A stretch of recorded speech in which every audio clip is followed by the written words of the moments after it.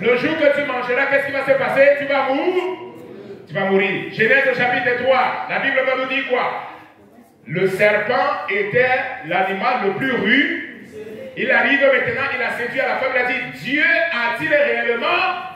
Est-ce que Dieu a réellement dit cela?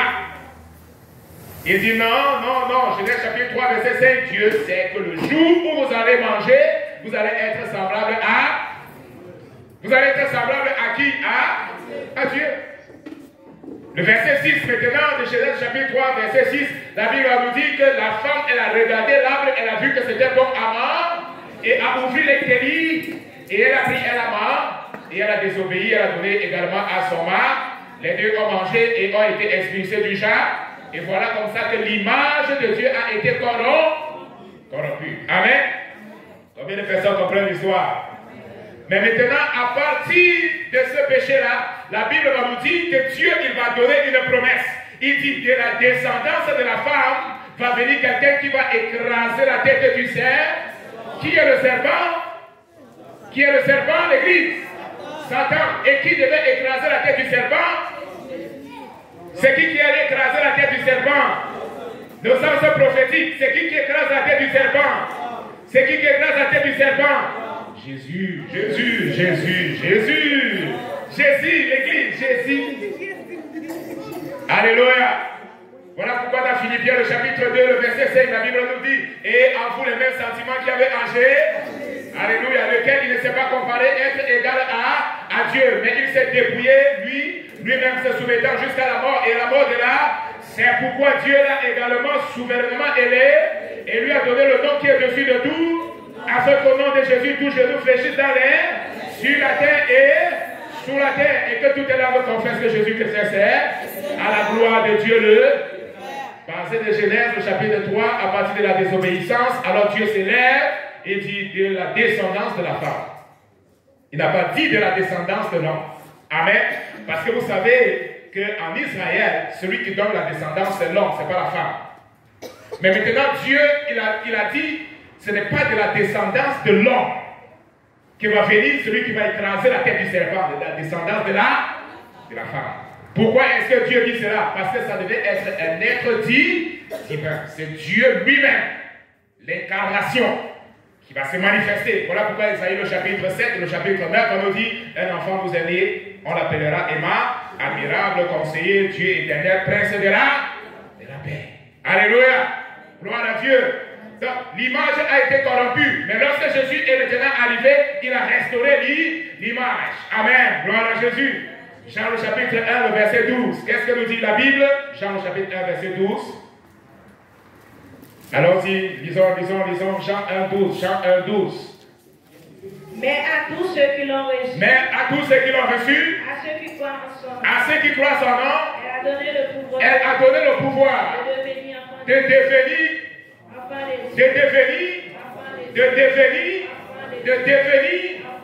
Je me pose la question, on est enfant de Dieu ou on devient enfant de Dieu? On est enfant de Dieu ou on devient enfant de Dieu? On devient enfant de Dieu. Alléluia. C'est ce qu'on appelle la nouvelle née. Jean le chapitre 3, qu'est-ce que Jésus dit à Nicodème? En vérité, je te dis, si tu ne nais de nouveau, tu ne peux voir le royaume des cieux. Et si tu ne nais d'eau et d'esprit, tu ne peux pas entrer dans le royaume de Dieu. Pour entrer dans le royaume de Dieu, comme le frère est en train de chanter ce matin, il faut naître de nouveau. Il faut avoir la nouvelle naissance. Il faut avoir la régénération. Alléluia. C'est le chemin qui nous conduit au ciel. Dans le sens que le frère Guinel est en train de chanter, de se préparer, parce que Jésus est en train de venir, parce que Jésus va venir chercher son église. La première des choses, la première préparation, c'est qu'il faut naître de nouveau. Et la nouvelle naissance, c'est quoi? Qui va me dire, c'est quoi la nouvelle naissance? C'est quoi la nouvelle naissance? Compte bien. Pode falar. O que é o novo nascimento? Quelqu'un qui naît de nouveau, oui, c'est quoi quelqu'un qui naît de nouveau? Comment? C'est un nouveau chrétien? Oui. accepter Jésus-Christ comme Seigneur et Sauveur. Mais c'est quoi accepter Jésus? Renoncer. Se charger de sa croix. Mais vous savez, pour se charger de sa croix, il faut d'abord naître de nouveau. Amen. Mais la nouvelle naissance, c'est un miracle. Dis à celui qui est à ton côté, c'est un miracle. C'est un miracle que Dieu réalise dans la vie d'une personne. Dans la vie d'une personne. Dans la vie d'un homme. Pécheur. En le justifiant de ses péchés. À cause de Jésus-Christ. Alléluia. La nouvelle naissance, c'est un miracle de Dieu que Dieu réalise dans la vie d'un pécheur. Pas dans la vie d'un juste, mais dans la vie d'un pécheur. À cause de Jésus-Christ.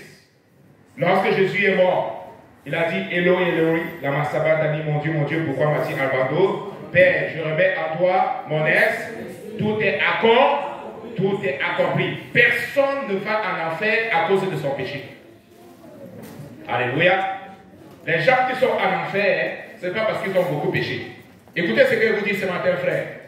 Personne ne va au ciel parce qu'il est sans péché. Et personne ne va en enfer parce qu'il a beaucoup péché. Alléluia. Vous êtes en train de comprendre ce que je suis en train de dire. Si tu comprends, tu dis Alléluia. Tu ne vas pas au ciel parce que tu es bon. Tu ne vas pas au ciel parce que tu viens à l'église le dimanche. Tu ne vas pas au ciel parce que tu chantes bien. Tu ne vas pas au ciel parce que tu prêches bien. Alléluia. Alléluia. Et ceux qui vont en enfer, ce n'est pas parce qu'ils ont beaucoup péché. Alléluia. Gloire à Jésus. Vous n'êtes pas convaincus. Ceux qui vont au ciel, quelle est la différence entre ceux qui vont au ciel et ceux qui vont en enfer? Il y a une seule différence. Une seule. Qui va me donner la différence? Ceux qui confessent le Seigneur Jésus, ceux qui ont reçu le Seigneur Jésus, c'est la nouvelle naissance, c'est tout. Alléluia. Parce que la Bible nous dit, un seul péché te condamne. Si tu as déjà commis un seul péché dans ta vie, le seul péché est suffisant pour te lancer en enfer. Mais à cause de Jésus-Christ, alléluia, à cause du sang de Jésus, le sang qui a coulé sur la croix de Golgotha, Dieu, tous les jours, il te pardonne, il te purifie, il te sanctifie. Ce n'est pas par tes œuvres, ce n'est pas parce que tu es bon, ce n'est pas parce que tu es juste, mais c'est à cause de Jésus-Christ. Alléluia. Voilà pourquoi il dit, je suis le chemin, je suis la vérité et je suis la vie. Il n'y a personne qui va arriver au Père sans passer par moi. Gloire à Jésus. Mais la question fondamentale, c'est pourquoi est-ce que nous existons? Alléluia. C'est la question qui tous les jours, je me pose la question. Parce que vous savez, la chose la plus importante, ce n'est pas de vivre longtemps sur la terre. Alléluia. La chose la plus importante, ce n'est pas de vivre longtemps sur la terre. Je vous pose la question, à quel âge Jésus est mort? Environ 33 ans. Je vous pose la question, 33 ans, c'est un vieillard ou c'est un jeune? Jeune. Mais Jésus, le Fils de Dieu, mais si c'était, je ne sais pas, par rapport à vous, en principe, il devait vivre 1000 ans, 2000 ans pour pouvoir sauver beaucoup de gens. Vous ne pensez pas? Moi, je pense. Mais il a vécu combien d'années? 33 ans environ. Vous avez posé la question, Jésus, le Fils de Dieu, un frère de lui, il a vécu seulement 33 ans. Tu es déjà plus vieux que Jésus. Moi aussi. Alléluia. Moi aussi, je suis déjà plus vieux. Combien de personnes ont plus de 33 ans ici? Là, levez la main. Oh, 1, 2, 3. Regardez ceux qui sont plus vieux que Jésus. Regardez. Ah, n'ayez pas peur, levez. C'est une bénédiction d'avoir plus de 33 ans. Alléluia, alléluia. Regardez, vous êtes déjà plus vieux que Jésus. Hein? Imagine. Donc, regardez beaucoup de personnes qui sont déjà plus vieux que Jésus. la qualité de vie d'un homme, la longévité d'un homme, ce n'est pas ça qui fait le projet que Dieu a préparé pour cette personne. Você pode viver na Terra 900 anos, 1000 anos. Não é a longevidade como a gente fala em português. Presta atenção, jovens. Vocês estão bem jovens ainda. E vocês, o sonho talvez é viver muitos anos. Olha só, a Bíblia vai nos mostrar que Adão, ele viveu mais de 900 anos. Já pensou? 900 anos. Aleluia. É quase como se ele viveu só 2 dias, né? Os nossos dias. 900 anos, 900. A Bíblia fala de um homem que viveu 969, se não me falha a memória. Nem diz? Exactly. Exactly. Exatamente. Exactly. Já é inglês na cabeça. Então, 969 anos. Vocês não acham que é muito? É muito. E eu tenho certeza que se Deus deu a capacidade para alguém viver 960 e poucos anos, ele vai criar uma família, não sei qual tipo de família, ele vai criar uma nação, só ele. Ele e a sua mulher vão gerar uma nação. Não é? Imagina viver 900 anos. Quantos filhos você não tem? Vai ter bastante, não é? É o Rick, vai ter né? Todo vai ser pai, ou vai ser o pai ou o Rodrigo. Né? Todo mundo que passa, filha de Rodrigo, meu tio, minha irmã. 900 anos. Bom, pourquoi est-ce que j'existe? Pourquoi est-ce que je suis ici sur la terre? Por que nós estamos aqui? Eu estava falando, meus irmãos, que não é a quantidade de dia. Ce n'est pas la quantité de jours, mais c'est la qualité de vie que tu vis. Ce n'est pas la quantité, mais c'est la qualité. Alléluia. Jésus a vécu 33 ans. Mais les 33 ans de Jésus sur la terre étaient 100% la volonté de Dieu. Les gens ont vécu 70 à 80 ans, 700 et poussière d'années, 900 ans, sans vivre la volonté de Dieu. Mais Jésus, chaque jour, il a vécu 100% la volonté de Dieu. Tous les jours étaient un jour où Jésus cherchait à faire exactement la volonté de Dieu. Tout ce que Dieu avait écrit. Donc, ce n'est pas la quantité de jours que tu vis sur la terre, mais c'est la qualité. C'est comment est-ce que tu es en train de vivre. Ce n'est pas combien de jours tu as vécu, mais c'est comment est-ce que tu es en train de vivre. Amen. Ce n'est pas le combien, mais c'est le comment. Comment est-ce que je suis en train de vivre? Comment est-ce que tu es en train de vivre? C'est la chose la plus importante. Olha só, eu já falei a última vez, né? Que as pessoas hoje não sabem aonde que eles estão, não sabem o que eles estão fazendo aqui. A vida deles é uma vida sem propósito, é uma vida sem rumo, é uma vida sem uma direção, é uma vida sem planejamento, é uma vida sem Deus. Que vai ali por Isaías, capítulo 30, verset 1. Isaías, quem tem a Bíblia em português também, Isaías, capítulo 30, versículo 1. Vamos lá. Isaías, capítulo 30, versículo 1. Rápido, rápido. Isaïe, le chapitre 30, le verset 1. Malheur, dit l'Éternel aux enfants rebelles, qui prennent les résolutions sans moi et qui font des alliances sans ma volonté pour accumuler péché sur péché. Quem tem em português aí, lê para nós. Rápido, vai lá. Isaías 30, versículo 1. Isaías 30, versículo 1. Ai dos filhos rebeldes. Ai de filhos rebeldes. Diz o Senhor. Diz o Senhor. Que executam planos. Que executa planos. Que não procedem de mim. Que não procedem de Deus. E fazem aliança sem a minha aprovação. E fazem aliança sem a minha aprovação. Para acrescentar pecados sobre pecados. Regardez, la Bible nous dit que prendre et faire des résolutions sans se préoccuper de Dieu est un péché. faire des propres résolutions, faire des propres plans, sans se préoccuper de quelle est la volonté de Dieu, quel est le projet de Dieu, quel est le plan de Dieu pour ma vie est un péché. Dieu n'est pas contre tout, en fait, que tu fais des projets. Amen. Dieu n'est pas contre, mais ton projet doit être en accord avec le projet de Dieu pour ta vie. Si tu prends des résolutions sans chercher Dieu, sans chercher la volonté de Dieu, alors automatiquement tu vas entrer dans ce que nous allons voir plus tard, un chemin alternatif. La première raison, j'ai déjà parlé la dernière fois, pour que as pessoas estão aqui, só para viver para viver. Eu quero viver a minha vida está na minha mão. São as pessoas que estão assentadas no seu próprio trono. Amém? Ele mesmo está dirigindo.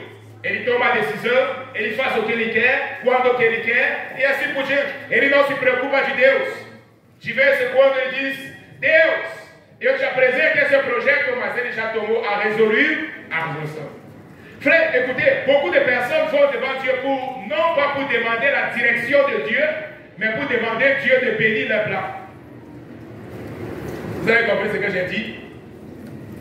Ils vont te proposer à Dieu ce qu'ils ont déjà pris comme décision. Ils ne vont pas chercher la volonté de Dieu en disant, Seigneur, quelle est ta volonté? Quelle est ta volonté? Comment est-ce que tu veux que j'agisse? Qu'est-ce que tu veux que je fasse? Mais ils s'en vont devant Dieu et disent, Seigneur, est-ce que tu peux bénir ceci? Seigneur, est-ce que tu peux bénir ceci?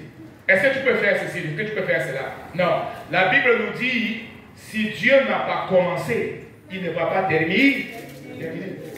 Celui qui a commencé la bonne œuvre va l'achever.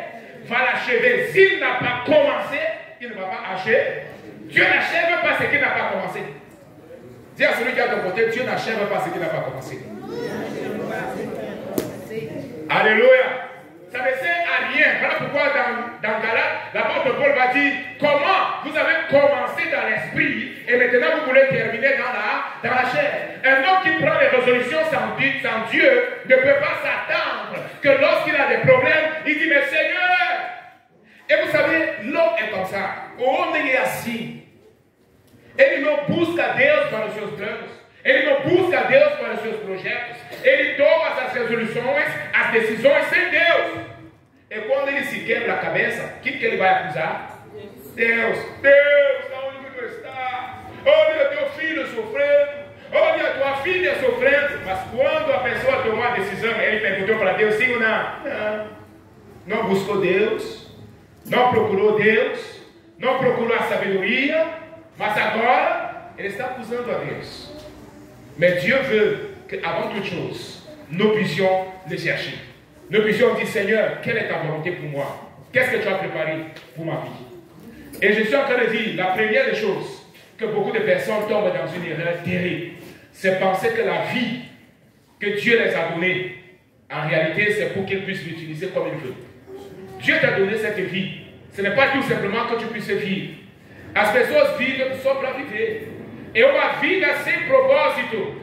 É como uma vida de animal. É como uma vida de cachorro. Né? Alguém já viu um cachorro preocupado aqui? Não. Alguém já viu um gato preocupado a respeito do futuro, a respeito de amanhã? Sim ou não? Não.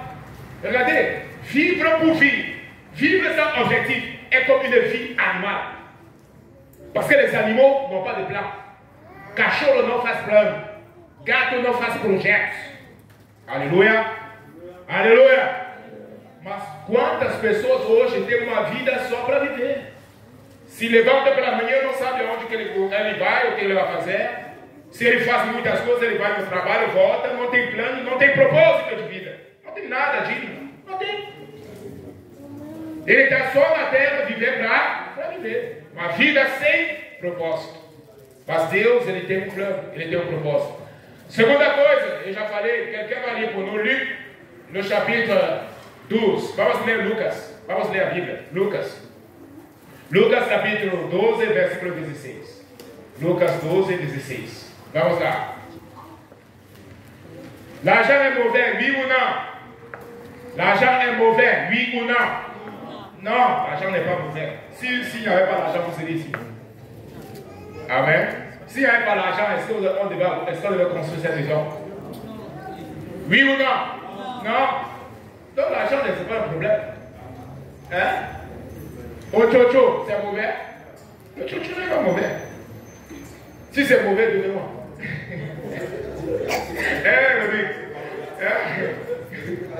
Il y a certains. L'argent n'est pas mauvais. L'argent n'est pas mauvais. L'argent n'est pas mauvais lorsque vous savez utiliser. Amen. Qui a créé les richesses? C'est qui a créé les richesses? Qui a créé le ciel et la terre? Et tout ce qui est en fait. Le ciel et la terre appartient à qui? À Dieu. L'or et l'argent appartiennent à qui? La Bible nous dit ça. L'or et l'argent appartiennent à Dieu. Vous allez voir, la Bible est tellement... la Bible a déjà déclaré, même avant que les choses n'arrivent. Avant que les gens ne puissent commencer à utiliser l'or et l'argent. Mais aujourd'hui, vous voyez cet argent qu'on fait là, c'est justement argent. Mais la Bible avait déjà dit que l'or et l'argent appartiennent à Dieu. Pour ne pas laisser de doute. Amen. Mais maintenant, l'or et l'argent qui appartient à Dieu ne doit pas être le but de ma vie. Il y a des gens qui courent. Là où il y a l'argent, ils sont derrière. Ils sont esclaves. Amen. Au lieu d'utiliser l'argent à leur service, ils sont en train de servir l'argent. Voilà pourquoi le Seigneur Jésus disait quoi? Nul ne peut servir 2 maîtres Nul ne peut servir 2 maîtres à la fois. Ça veut dire que tu ne peux pas être esclave de Dieu et en même temps être esclave de l'argent. Mais beaucoup de gens ont objectif de vie, c'est là. Vamos ler Lucas. Quem achou? Lê em português e depois lê em crioulo e outro. Quem achou primeiro pode ler. Ele dit cette parabole. Les cœurs d'un homme riche avaient beaucoup rapporté. Et il raisonnait en lui-même. Que ferais-je quand je n'ai pas de place pour serrer ma récolte? Qu'est-ce que je vais faire? Parce que j'ai beaucoup de choses, j'ai beaucoup de récoltes, j'ai eu beaucoup de richesses. Voici, dit-il, ce que je ferai, j'abattrai mes greniers, j'en bâtirai de plus grands. J'y amasserai toute ma récolte et tous mes biens. Oui. Et je dirai à mon âme. Je dirai à mon âme. Mon âme, tu as beaucoup de biens en réserve. Tu as beaucoup de biens en réserve. Pour plusieurs années. Pour plusieurs années. Repose-toi. Repose-toi. Mange. Bois. Réjouis-toi. Réjouis-toi. Regardez les 3 objectifs. Mange, bois et réjouis-toi. Hein? Mais Dieu lui dit. Qu'est-ce que Dieu lui dit? Insensé. Cette nuit même, ton âme te sera redemandée. Et ce que tu as préparé. Pour qui cela sera-t-il? Il en est ainsi de qui? De celui qui amasse des trésors. C'est de celui qui amasse des trésors pour lui-même. Et qui n'est pas riche pour Dieu. Il amasse des trésors pour lui. Vous voyez là où il y a le problème? Le problème, ce n'est pas d'avoir les trésors, mais c'est d'amasser les trésors pour soi et ne pas être riche pour. La Bible nous montre 2 types de richesses. La richesse selon l'homme et la richesse selon Dieu. Dieu veut que nous soyons prospères. Amen. Dieu veut que l'Église soit prospère. Amen. Gloire à Dieu.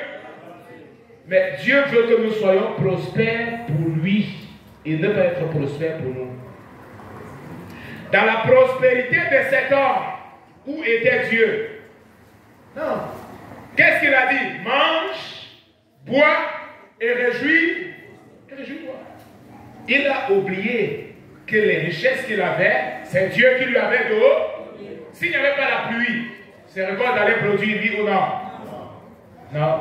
Si Dieu n'avait pas envoyé le soleil, il allait avoir toutes ces récoltes, oui ou non? Si la terre n'était pas fertile, si Dieu n'avait pas mis les minéraux là, que ces plantes allaient manger et produire beaucoup, il allait avoir ses récoltes, oui ou non? Donc, d'où lui venait sa richesse? D'où lui venait sa richesse, l'église? D'où lui venait sa richesse, l'église? Vous avez peur de dire, frère? Vous avez peur de dire? C'est pas vrai? C'est pas ce que nous vivons? O seu dinheiro, o seu tchotcho, vinha de quem? Quem deu para ele? É Deus. É Deus qui deu para ele. C'est Dieu qui lui a donné tout ce qu'il avait. Mais malheureusement, il a cru que tout ce qu'il avait venait de lui et lui-même. Il devait prendre tout cela et amasser des trésors. Donc, quel est le sens de vie aujourd'hui que beaucoup de personnes ont à l'égard de Dieu? C'est tout simplement d'accumuler les richesses, d'avoir beaucoup de trésors, de construire peut-être une belle maison. Non, tu peux avoir une belle maison et continuer de servir Dieu. Lorsque tu reconnais que les richesses que Dieu t'a données, c'est pour sa gloire. Lorsque tu reconnais que les bénédictions que Dieu t'a données, c'est pour que tu puisses mettre cela à son service. Si tu ne sers pas, tu n'es pas en train de servir Dieu avec ce que Dieu t'a donné, alors il y a un problème. Tu deviens esclave de cela. Le but de ta vie n'est pas de courir après l'argent. Dieu a quelque chose de grand pour toi. Dieu a quelque chose de grand pour moi. Si ma vie est basée sur la quantité d'argent que je dois avoir, les gens sont contents lorsqu'ils prennent leur compte en banque. Aujourd'hui, avec les applicatifs, et il regarde là sur son téléphone, il voit, il a 1 million, il rit, il est content. Il regarde là, aujourd'hui c'est très facile, tu n'as même plus besoin d'aller à la banque pour la conférer. À la fin du mois, pour ceux qui reçoivent le salaire, allez, il regarde là-bas, il va là-bas, non, caillou, tu non, caillou, si elle me dit à 5, tout le monde s'attend à dire 5. Et c'est rendre que caillou n'a compte, non est verdade? Vous savez, à l'époque, comment est-ce qu'on payait? Je ne sais pas si vous avez eu cette expérience en Haïti. Mais à l'époque, la paye, c'était que tu partais, c'était cash. Il n'y avait pas les banques et tout ça. Donc tu partais là-bas, le trésorier. Quand tu arrivais à l'entreprise, on te dit, va voir le trésorier. C'est pas vrai? En Haïti, c'est pas comme ça. C'était pas comme ça. Mais à l'époque, moi j'ai eu cette expérience. Quand tu dis, va voir le trésorier. Alléluia. Ton cœur, tu es con. Tu sais que tu ne peux pas sortir de la maison du trésor sans rien. Alléluia. Alléluia. En dehors du salaire, il y avait ce qu'on appelait les primes. Amen. Il y avait les primes. Donc quand tu n'avais pas ton salaire avant d'arriver, mais tu pouvais avoir une prime. On te disait seulement, les primes sont tombées. Les primes sont tombées. Et tout le monde qui partait, quand il arrive, il voit le trésorier, c'est un sourire, est déjà ici là.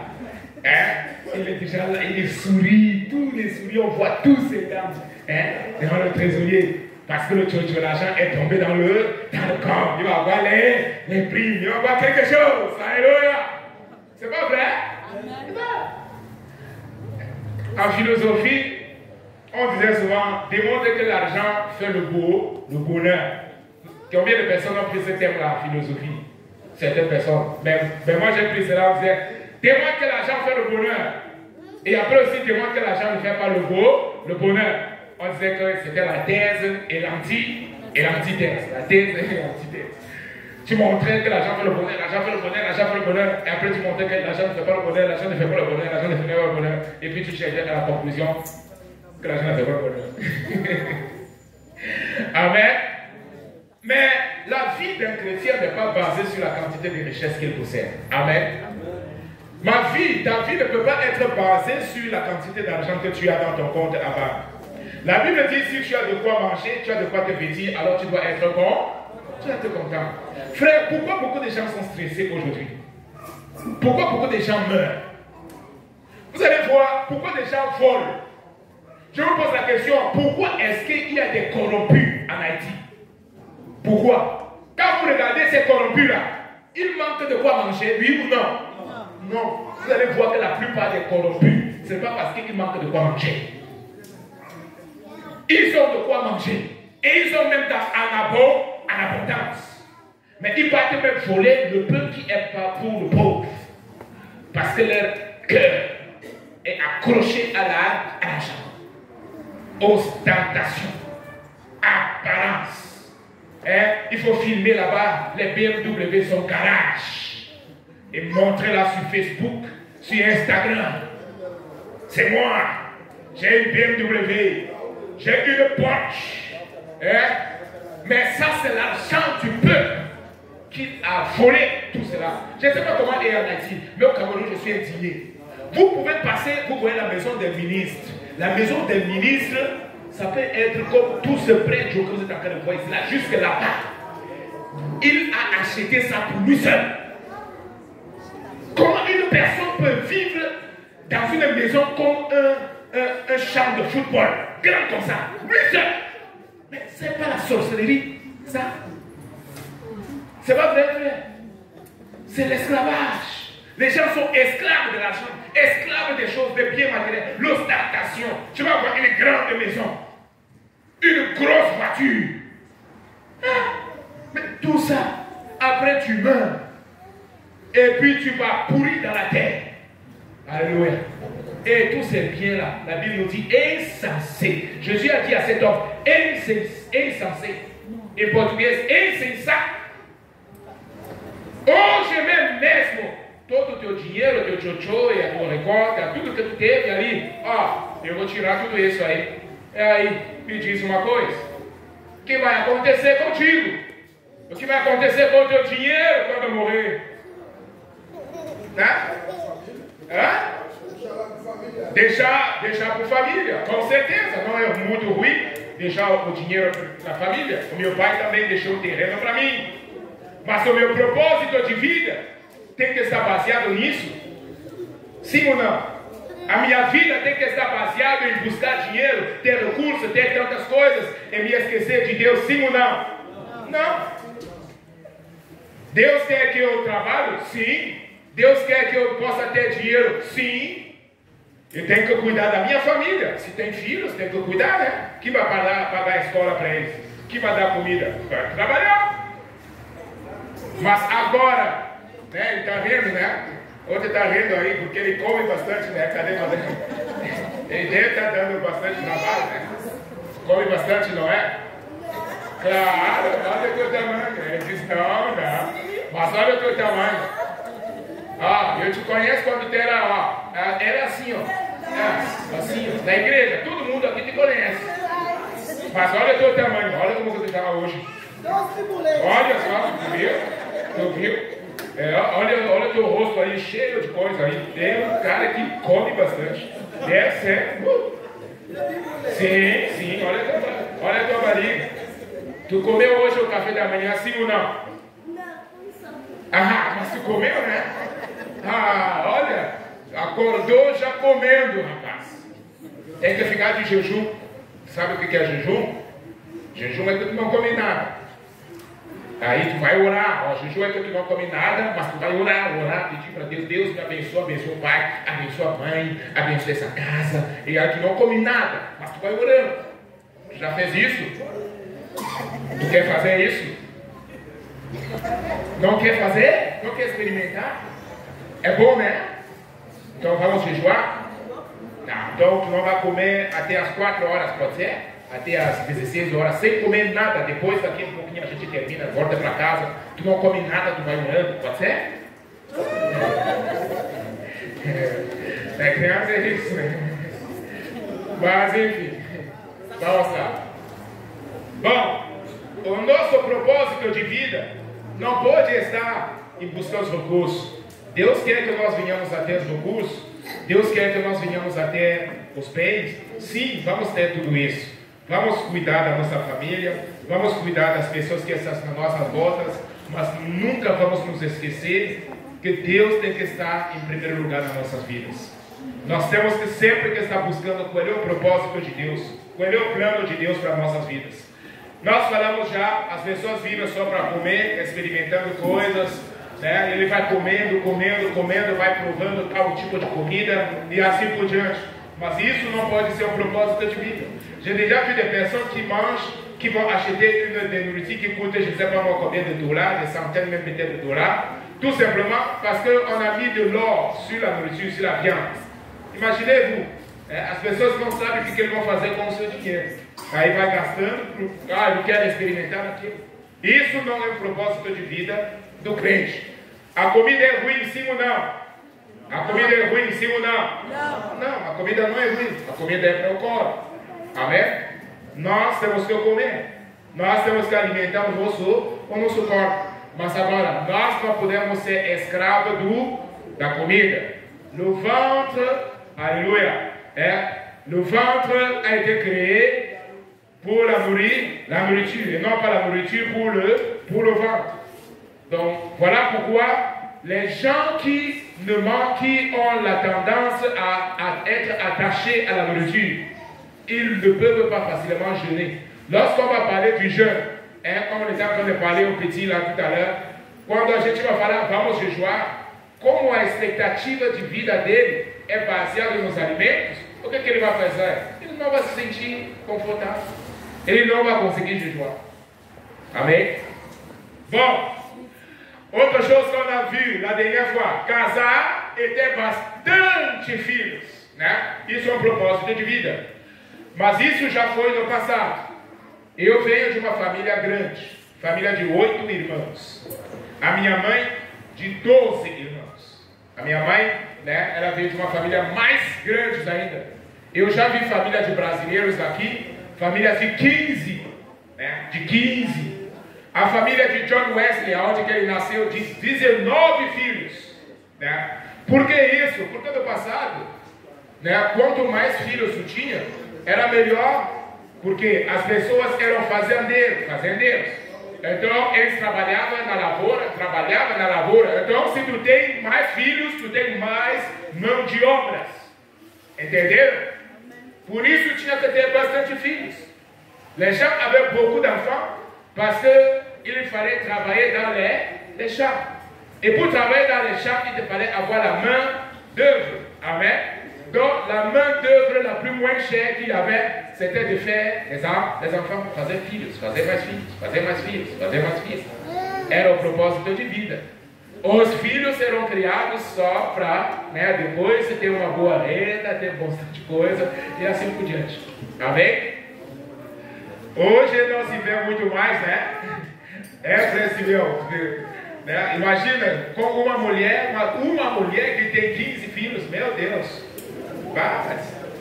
É bom? É bom ter 15 filhos? Ah, mas imagina, é porque tu não é mulher, né? Imagina uma mulher com 15, cansa ter filhos, cuidar de filhos. Claro, não é só a mulher que vai cuidar dos filhos, certo? Tá, mas é 19 filhos. Tu tentou para ter 15 filhos.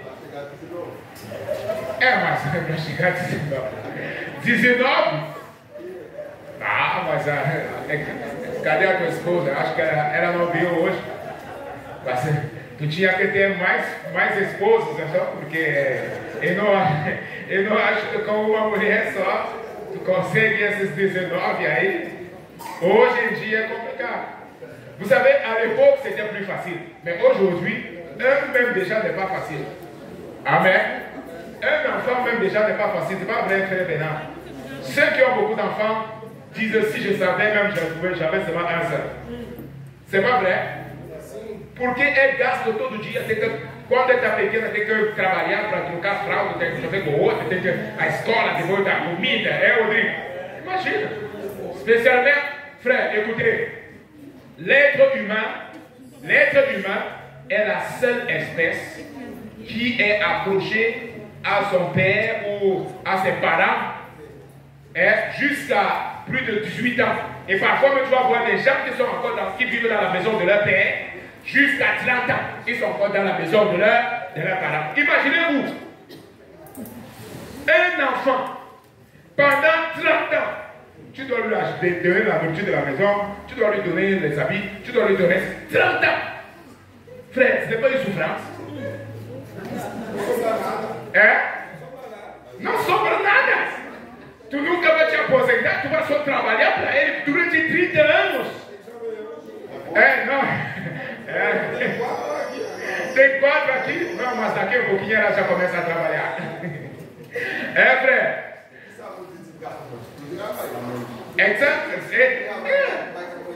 C'est vrai, mas tem que trabalhar. Imagine trabalhar para alimentar 5 filhos. Vocês acham que é fácil? E não é.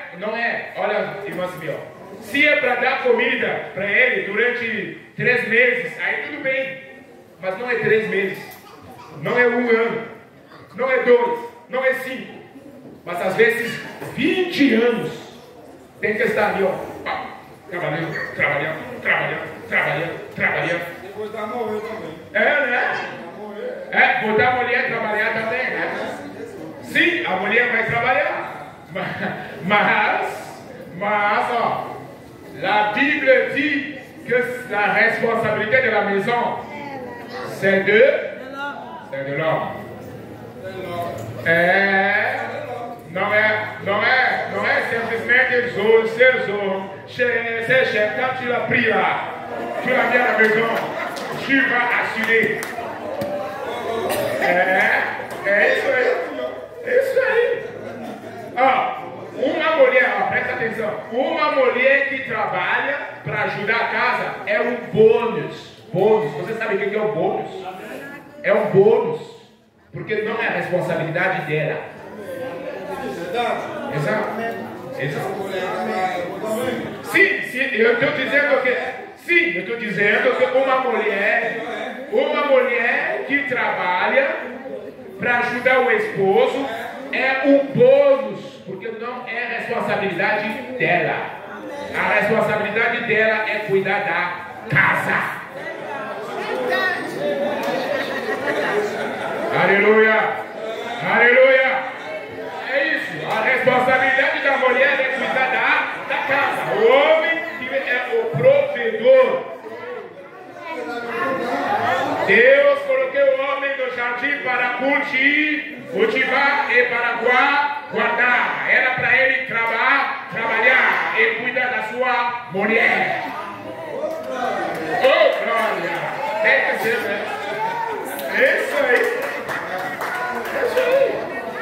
Meu irmão, se tu não está gostando, não é meu problema. Mas a Bíblia diz: você concorda ou discorda, não muda nada. É a Bíblia. Aleluia. É a palavra. Aqui no Brasil, sim, é dividido. Aqui no Brasil é dividido. Não. 50-50. A Bíblia. Olha, a Bíblia não conhece território. A Bíblia da Haiti, a Bíblia que está na Haiti é diferente da Bíblia que está aqui. Não, é igual. A Bíblia que está aqui é diferente da Bíblia que tem em Camarões. É igual. É igual. Então a palavra de Deus é igual. A palavra de Deus é igual. Então o que a Bíblia diz é igual para o homem e para a mulher. Se é para o homem trabalhar, o homem trabalha para sustentar a sua casa. É final. É tua responsabilidade. Se tu não está pronto para sustentar a casa, então não casa. Fica solteiro, como eu. Amém? Entendeu? Frère, si tu n'es pas prêt d'assumer cette responsabilité, alors de te marier, reste célibataire, reste seul. Amen. Je suis en train de parler ce matin, vous pouvez être d'accord ou pas, mais c'est la Bible qui dit. La responsabilité de l'homme, c'est cela. Alléluia. La responsabilité. Proverbe chapitre 19. Proverbe chapitre 19. Les Provérbios, Provérbios 19, 14. Vamos ler a Bíblia. Exatamente. A gente, isso é um pouco uma coisa que é muito errada. Vamos lá. Provérbios 19, 14. Vamos lá. A mulher que coisa, ó. Aprendeu em Provérbios 14, a responsabilidade da casa é da mulher. Tendo filhos ou não tendo filhos, é dela. Provérbios 19, 14. Hériter de ses pères. On peut hériter de ses pères. Maison et des richesses. Une maison et des richesses. Prêtez attention, preste attention, preste attention. On peut hériter de ses pères. Quoi? Des richesses. Une maison et des richesses. Mais une femme intelligente L'Éternel. est un don de l'Éternel. Lê em português aí. Provérbios 19, 14. 19, 14. Lê, Madianaica, para nós. 19, 14. A casa e a fazenda são a herança dos pais, mas do Senhor vem a mulher prudente. Bon, frère, je veux que vous prêtiez attention dans la révélation de ce passage. La Bible nous dit quoi? Pastor John, pode vir, por favor. Que a casa, Madame John, pode vir, por favor, também. A casa e os bens. E aí pode ficar exatamente aqui, ó. A casa e os bens vem como herança dos pais. É o trabalho do homem.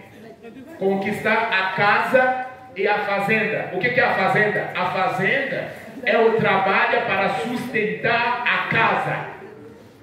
Você está entendendo? A casa, espaço físico, é dele. Responsabilidade dele. A fazenda, ou seja, o trabalho para sustentar a casa, é responsabilidade dele. Mas olha o que a Bíblia diz. Frère, voilà pourquoi quand on lit la Bible, il faut qu'on la lise avec un esprit ouvert. Sinon, on se perd. Isso, obrigado. A Bíblia diz que a casa e os bens é a herança, e ele que trabalha, ele que sustenta. Mas do Senhor vem que uma esposa, une femme prudente. Regardez, la femme, elle vient quand il y a déjà la casa et la fazenda. Vous avez compris? Vous n'êtes pas d'accord? Vous n'êtes pas d'accord avec ce que la Bible a dit? Bon, en français, la maison et les biens. La Bible dit que c'est de l'homme. Quand la Bible dit la maison, c'est d'abord l'espace. Qui doit construire la maison où l'homme et la femme doivent vivre, c'est l'homme. Et la Bible dit plus. Parce que quand tu construis une maison, tu dois également soutenir la maison. Donc la Bible dit, la maison, c'est la responsabilité de l'homme. Et ce qui va soutenir la maison, c'est la responsabilité de la femme. Est un bonus qui est venu et qui est donné à l'homme. Elle vient quand il y a déjà la maison et le travail. Yes. Amen. Donc la maison qui est en train de construire, la responsabilité première, c'est lui. Si sa femme travaille pour pouvoir aider, c'est le bonus. Il doit dire merci. Pastor, é isso. Casamento é isso. É um bônus. Mas tu está dizendo, pastor, que as mulheres não devem trabalhar? Não, cuidado, eu não estou dizendo nada disso.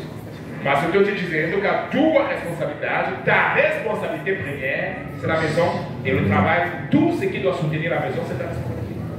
Obrigado. Não é pastor Silas que fala, é a Bíblia. Por isso é bom para aqueles que ainda são solteiros, como eu. Pensa bastante. Pensa bastante.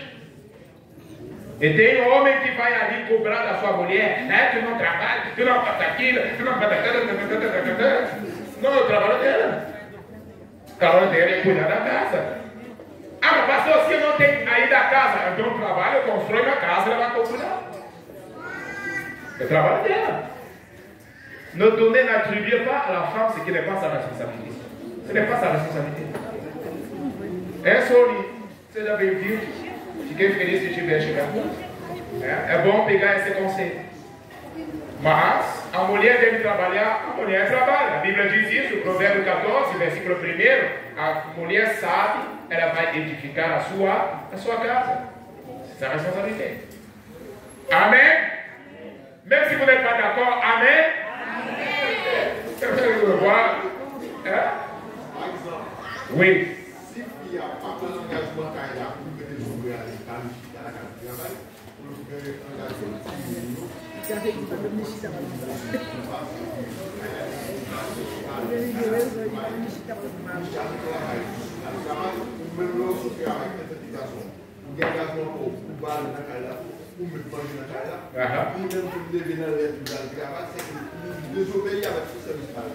Est-ce qu'elle parle de même ça qu'on fait en dedans?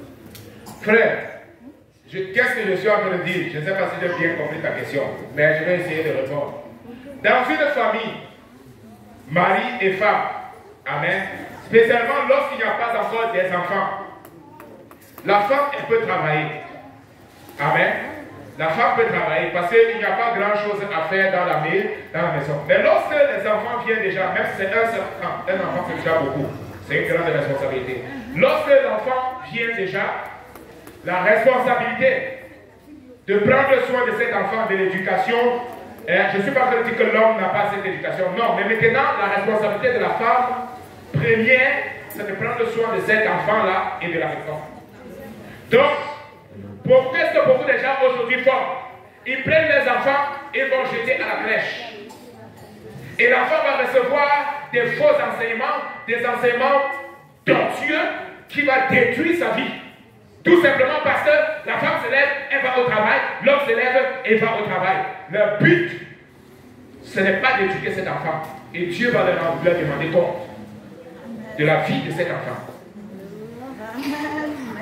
Est-ce que vous comprenez, frère? Donc maintenant, la vie à deux, c'est une vie un peu plus facile. Amen. La femme peut travailler, l'homme peut travailler. Amen. Mais lorsqu'il y a des enfants, tu ne dois jamais mettre en risque l'éducation de ton enfant à cause du travail. Spécialement pour ta femme. S'il y a quelqu'un qui doit rester à la maison, même si tu dois avoir 2 travails pour soutenir ta maison, tu vas travailler 2 fois. Et tu vas dormir 4 heures pour pouvoir prendre soin de la maison. Mais n'envoie pas ton enfant dans la rue. N'envoie pas ton enfant dans ces crèches pourries là, qui vont lui donner les mauvais enseignements. Et demain, tu vas te poser la question, d'où lui vient cette cache? Amen.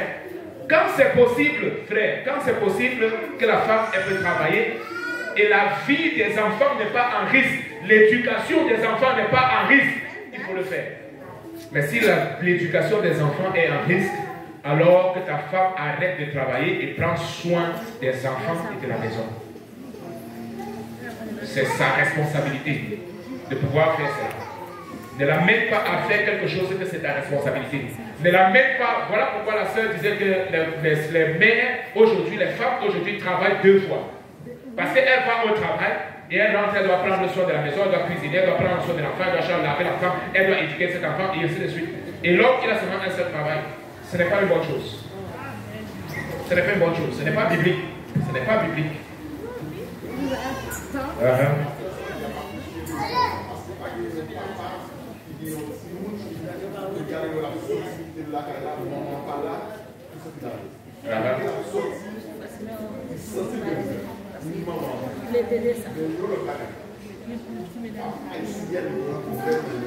Ok, donnez-lui le micro, il parle fort pour qu'on comprenne. Femmes haïtiennes ont des problèmes. Je ne sais pas pourquoi les femmes haïtiennes ont des problèmes. Dis-nous pourquoi les femmes haïtiennes ont des problèmes.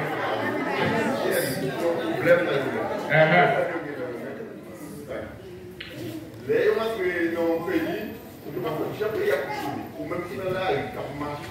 dans le pays, expliquez qui ça qui est dans le pays. Depuis que vous avez dit que vous avez seulement, ça a dit c'est le pas. Qui donc là, on est dans le pays brésilien. Je dis, soyez une femme qui a dit qui va me voir, je dis, c'est une femme qui commande des garçons.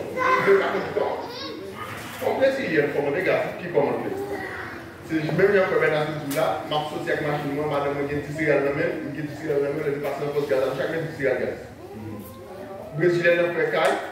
Après, la majorité brésilienne, plus brésilienne, il y a des cailles qui sont garçons brésiliens. Parce que nous avons joué comme caravelle, qui ont des chevaux au lieu de contact. Il y a des machines au lieu de contact. Il y a un moto au lieu de contact. Tout ça. Il dit, les cailles là, séparées, les cailles là, ils font même. Pour voir ça, on dit non. Quand il y a une pix qu'on y a là, si madame l'a acheté, il dit combien ça a coûté? Monsieur a dit, combien ça a coûté? Mais il coûte 15 oui, mais ça veut dire pas. Ça veut dire, pile qui est là, vous séparez égal. Ok, mais nous-mêmes haïtiens, nous coutume nous-mêmes, nous connaissons cop par noir, carton par noir, c'est madame nous deux qu'on signale. Tout ça, fait, c'est madame nous deux expliquer signal. Bagage, un garçon, brésilien, voilà son bagage, vous mettez dans le là, c'est le gars tout voit bagage qu'il doit acheter, ça vous faut qu'on doit acheter. Ah mais chérie, la coûte est 1000 réals, 600 francs, 600 francs. Vous suivez? Mais ici, madame ça, là, aller dans l'autre là, l'acheter, lui mettre dans le là. Mais comme brésilien, comme haïtien, comment nous avons commandé Maria? Ce n'est pas c'est un temps pour nous chita, pour nous parler, pour nous comment victime nous arrive, non? Mais comment vous voulez? Quand vous avez des cas là, pendant qu'on parle sérieux, soyez dans le team, puis dans ma bouche, puis le temps des ordres, pour faire discussion, ou bien, vous allez, chacun le moment des garçons. Ça n'a pas de ni dans le manger, ni dans la société comme des garçons. C'est ignorer l'amour, c'est ça comme des garçons. Ça veut dire, si pendant on fait ça avec, comme ça, moi-même, en tant que garçon, qui ça me passe pour moi? Avec vous, c'est une femme qui comme des garçons, mais dans nous sommes des Brésiliens. Comment on parle de vous? Alors, nous-mêmes, comme Brésiliens, pour nous changer pour dire ça. C'est pas pour ça, comme des garçons au Brésil. Comme des garçons au Brésil, comme on dit. Combien de raisons, comme des garçons? Mon chauffeur là, si comme nous boutique à une telle, nous n'avons pas encore de ça là, il faut qu'elle a fait un bois. Il y a des gens qui sont bien comme les dommages, on a dit pas faire la même, soit tes cheveux là, tes marchés ou le c'est des débuts avec nous. C'est pas bruit qui commande les garçons, c'est l'amour. Comment apprécier les garçons, comment les garçons l'offre dans le là. C'est pas je ne vais pas connaître ça. Par jour, il est haïtien. Ok, je vais répondre. Fala para a Shelda, ela quer falar alguma coisa aí. Passa o microfone para ela.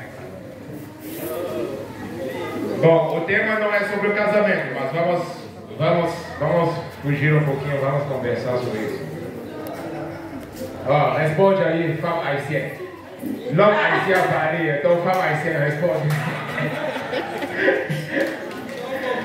Fala. Bon, ça, tout même ça fait à taxi. Je ne sais pas si les femmes haïtiennes qui dans le pays ont changé ou bien ont changé de façon. Bon, c'est ces garçons haïtiens qui veulent changer de façon et agir avec les femmes haïtiennes. Pour ça, tout n'a pas de femme, c'est pas parce qu'ils changent. Ça passe dans le pays d'Haïti, dans le pays haïtien. Majorité de gens, le travail est changé.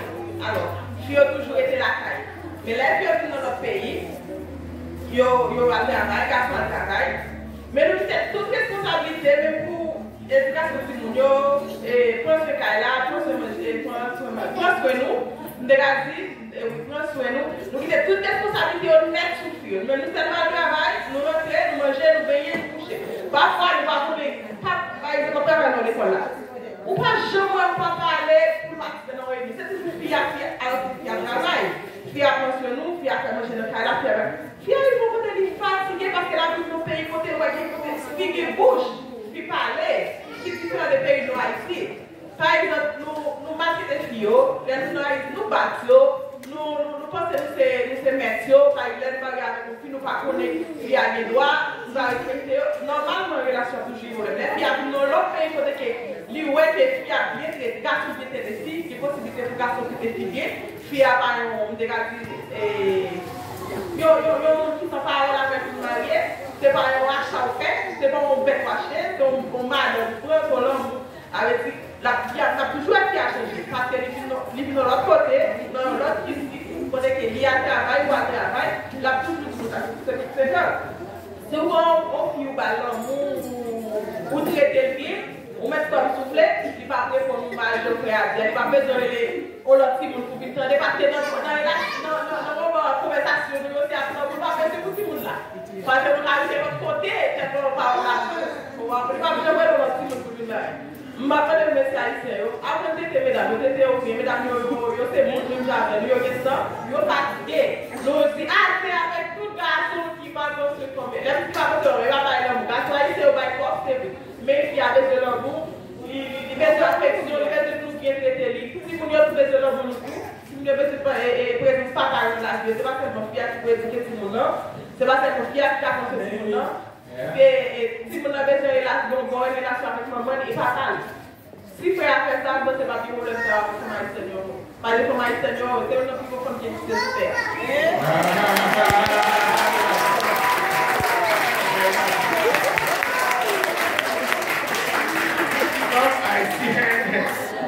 C'est la femme la plus belle et la plus soumise qui a sur la terre.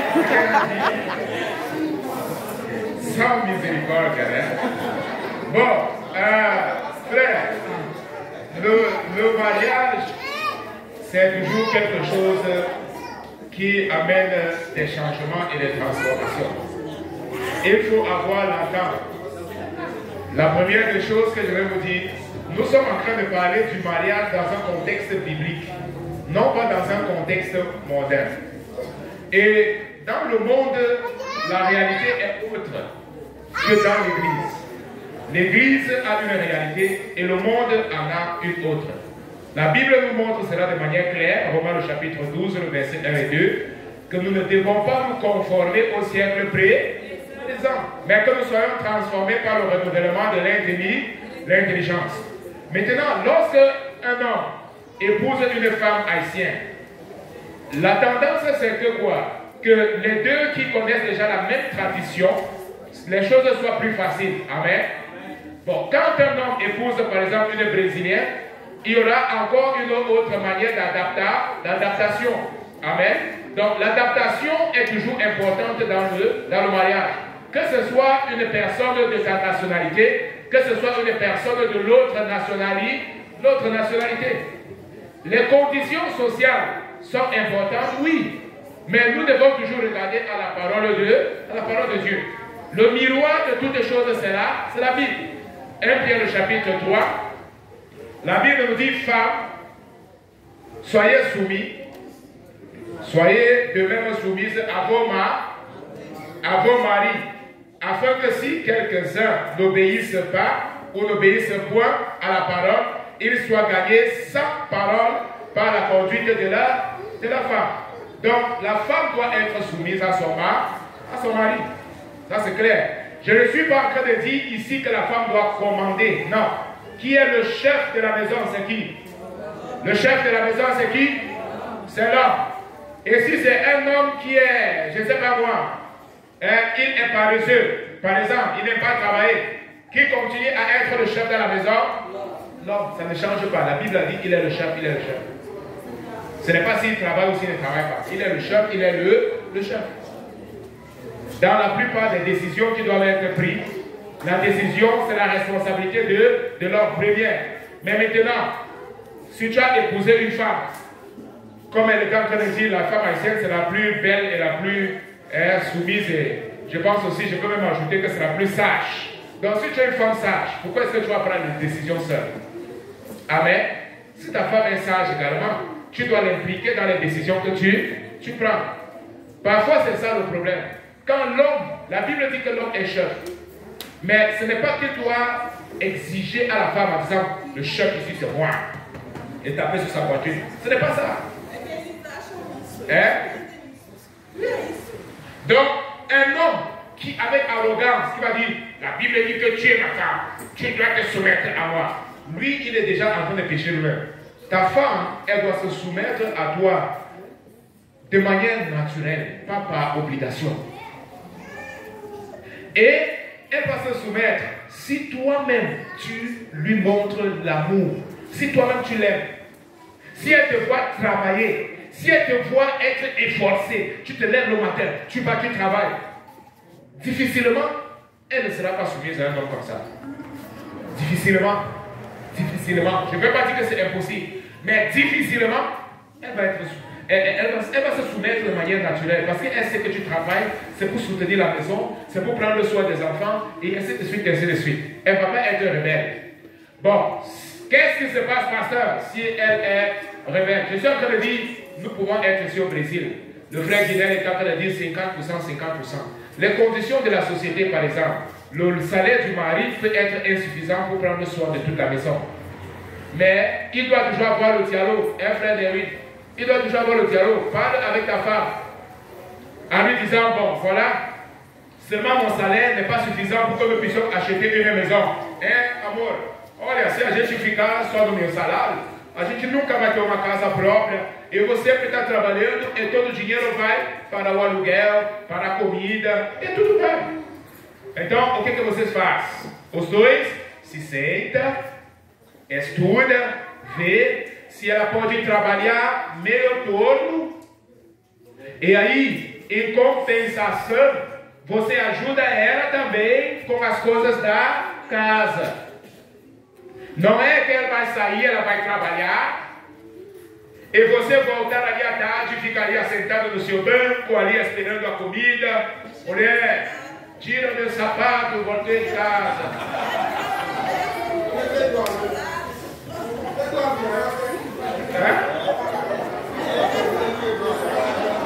Então, é uma coisa pensada.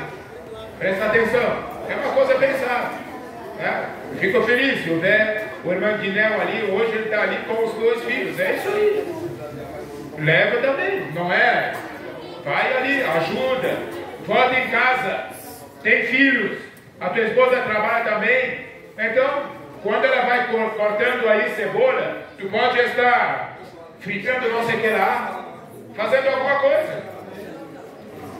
Se ela não se ela trabalha, estou falando no caso que a tua mulher ela trabalha. E mesmo se ela não trabalhar, é uma boa coisa. Frère, est-ce que tu as épousé une ennemie? Est-ce qu'on peut épouser un ennemi, oui ou non? Tu as épousé une femme parce que tu l'aimes, oui ou non? Alors, si tu aimes une personne, est-ce que tu ne vas pas aider cette personne? Hein? C'est pas naturel, frère. Je sais qu'avec même les conflits qu'il y a dans les mariages, mais même avec le conflit, elle continue à être la femme de ton amour. Car quand tu l'as vue là, la première fois, tes yeux sont devenus verts ou rouges. Ton cœur a battu, se sentit se renouveler. Elle continue à être la même. Je sais que maintenant, quand le temps passe, le temps passe, elle change un peu de corpulence. Elle n'est plus la même belle femme affinée et autre que tu voyais là. Il y a beaucoup de sœurs que j'ai connues avant qu'elles ne puissent avoir les enfants et qui sont là. Aujourd'hui, elles sont devenues un peu plus fortes. Hein? Et vous allez voir, parce que l'amour n'est pas basé au sens physique. Ce n'est pas l'apparence. L'amour, c'est l'attention que tu donnes à la personne. Amen. Une femme peut être belle, mais si elle ne te donne pas l'attention, ça ne sert à rien. Un homme peut être beau, mais s'il ne te donne pas l'attention, ça ne sert à rien. Le cœur d'un homme est conquis avec l'attention. Quand il rentre là, et qu'il est capable d'écouter sa femme est capable de l'écouter. Peu importe si sa femme n'a pas pris le bain ou si son mari n'est pas encore allé se laver, il sait que c'est mon mari. Il sait que c'est ma femme. Elle est là. Donc, ça n'a rien à y voir. Parfois, tu vois certains hommes, tu te dis, mais qu'est-ce que cette femme fait avec cet homme? Amen. La femme, elle est belle. Tout. Mais tu regardes l'homme, tu dis, mais elle a cet homme. Comme ça. Qu'est-ce que cette femme fait avec cet homme? Un bénin. Mais, parce que la femme, elle n'est pas en train de regarder à l'apparence physique simplement de cet homme. C'est cet homme qui lui donne l'attention. C'est cet homme que lorsqu'elle a un problème, il a un conseil de sa sagesse. Est-ce que vous voyez? Donc aujourd'hui, le monde nous enseigne que c'est l'apparence. Mais Dieu dit non, ce n'est pas ça. La Bible nous dit qu'il vaut mieux vivre avec un pauvre. Avec un pauvre, il n'est pas riche, il est pauvre. Mais c'est un homme sage, c'est un homme qui craint Dieu, c'est un homme qui cherche Dieu, c'est un homme qui est en train de te conduire au ciel, qui te montre le droit chemin. Au lieu de prendre un vagabond, il est riche. Vous savez, tu peux donner à la femme tout ce qu'elle veut, tout ça, avec l'argent et tout ça. Et elle meurt, elle se suicide et elle n'est pas contente. Parce que l'argent ne fait pas le bonheur. Vous allez voir, l'argent ne fait pas le bonheur. Ça aide, oui. Mais est-ce que ça fait le bonheur? Non, l'argent ne fait pas le bonheur. Si l'argent faisait le bonheur, beaucoup de gens n'allaient pas mourir en se suicidant, comme vous connaissez. Le nombre de personnes qui se suicident aujourd'hui, c'est entre le nombre de personnes les plus riches. Vous savez ça? Est-ce que vous savez ça? C'est entre le nombre de gens qui sont plus riches. Le nombre de suicides le plus élevé. Ce n'est pas entre les pauvres. Hein? Ce n'est pas entre les pauvres. C'est entre les riches. Parce que quand l'argent vient, les problèmes viennent avec. Et on commence à se préoccuper comment on va 50%. Vous savez qu'aujourd'hui, il y a les mariages avec contrat. Vous savez ça, non? On va au cartorio, on signe le contrat. Quand on n'est plus content, chacun va. Tu pars de mon côté, je m'en vais de mon côté. Hein? Donc tout ce qu'on fait, c'est 50%. La maison, c'est pour moi. Les biens qui sont dedans t'appartiennent. On signe le contrat. Imaginez vivre dans une maison comme ça. Quand tu vas t'asseoir sur la chaise là, tu t'assois avec quoi de commande, ta femme va dire, fais attention à cette chaise là. Tu sais que les biens qui sont ici là, c'est pour moi. Hein? Et lorsque la femme, elle essaie un peu de mettre quelque chose sur le mur, elle dit, madame, fais attention, la maison c'est pour moi. Imaginez vivre dans un mariage comme ça. Hein? Mais les gens vivent comme ça. Et puis quand ça ne va pas, la femme ramasse ses choses, elle va, et l'homme reste avec sa maison fille. Mais le mariage chrétien, c'est pas ça, elle va vivre. Dieu n'a pas un mariage avec les contrats, ce n'est pas biblique. Si, Pasteur John. Oh, passe au microphone para o Pastor John. Não era meu termo, mas vocês estão me levando para sair do meu termo. Fala fora, Ló. Fala fora. Pastor, o que é falar na coisa da questão?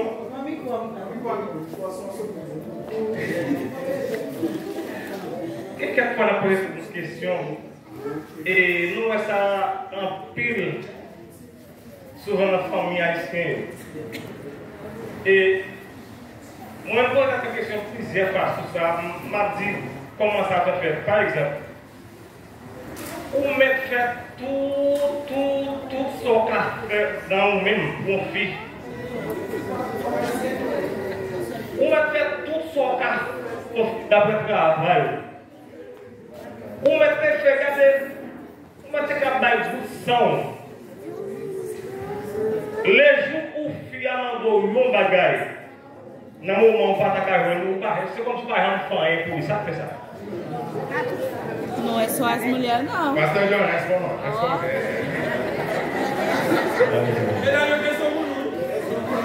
Prêtez attention. Bon Dieu béni. Le pasteur John va répondre parce que lui, il est marié. Bon Dieu béni. Prêtez attention, l'église. Sujet vraiment fondamental et ça fait nous valoriser les circonstances importantes. Avant nous construire, et nous devons connaître ça créer une famille. Ça crée une famille, c'est père, mère et fils. Mais dans la société haïtienne, il n'y a pas de famille. Nous tous qui là, nous allons lever notre famille. Majorité. Ça y est, nous c'est papa, nous font visite à nous, nous pas jamais papa. Un exemple, maman me fait papa me pas jamais maman papa me non caille. Ça veut dire qu'on éducation baguette. Eh bien, ça fait une société à naissance, ça fait une société normale, première éducation sortie dans la famille. Il sortit dans la famille.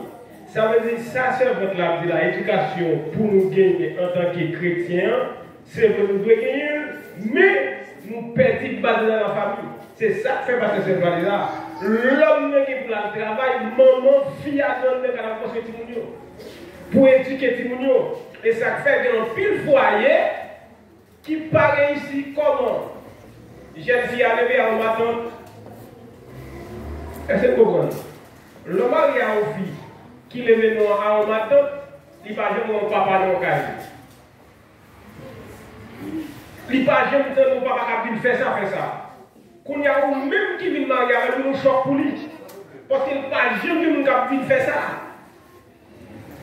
Qu'on y a l'homme qui levait, qui n'a pas une éducation familiale, qui n'a pas une maman lever avec, qui n'a pas un papa lever avec, il va au matin pour lever de flèche sauvage. Eh bien, fils a oui marié avec elle, qui ça qu'a fait fils a réussi, même il va faire cette étude. C'est la nouvelle naissance, un miracle qui vous fait. Ça veut dire si vous n'êtes pas né de nouveau, ou qui est marié, c'est la foi nous fait le bébé. C'est la foi qui fait le bébé. Nous, nous faire l'argent, faire que si vous mesdames haïtiennes, vous quittez par Haïti pour travailler. Parents, c'est quitter bien pour vous. C'est ça que ça dit là. Bien nous doit essayer par nos parents. Ça veut dire qu'il y a des gestes pour faire par nous, mais il n'y a pas d'obligation pour travailler pour que les gens ne par nous. Bien richesse, ça sortit des parents. Mais si vous faites un chèque par ou vous n'êtes pas obligé de quitter les gens détruits. Pour que trois petits vous avez levé nos cailles, Marie a travaillé pour l'éducation ça. Hein? Si vous mettez dans haïtienne, vous va mettre la caille pour le travail. Vous devez nous donner la vie. Pour qui ça? Pour qui ça? C'est parce que par une éducation familiale. Et bien pour l'éducation, en fait, c'est l'église qui doit monter au rôle fille, qui monte au rôle garçon. Là, nous avons garçon, oui, garçon à fille, 50 pour 50. Non! Ils ont marié pour 6 mois, pour 1 an, ou même pour marier pour la vie. La Bible dit, confia appartient à ma, mariage, il faut faire une seule. Silence! Ou même à ma, vous avez des salaires, vous mettez ensemble, vous dessinez ensemble. Parce que c'est un seul moyen de famille. Ça veut dire éducation brésilienne, nous avons regardé ça, la Bible de nous faire. La Bible dit garçon doit travailler, Dieu pour faire arrêter la caille. Et si son garçon ou décide de vous madame mettre la caille, qui ne service l'église là, ou a vu contre pasteur ou dit pasteur, madame ne pas m'obéir, et bien si tel service il sanctionne parce qu'on ne pas obéir à vous. Parce que vous ne pouvez pas dire tout à tout, 4 jeunes fois lever, Marie Fombo, ou qui était en de caille là. Ça veut dire, nous devons prendre responsabilité, et mais surtout, les nous faisons madame mettre la caille dans le travail, c'est vu comme la vie non, mais nous tomber.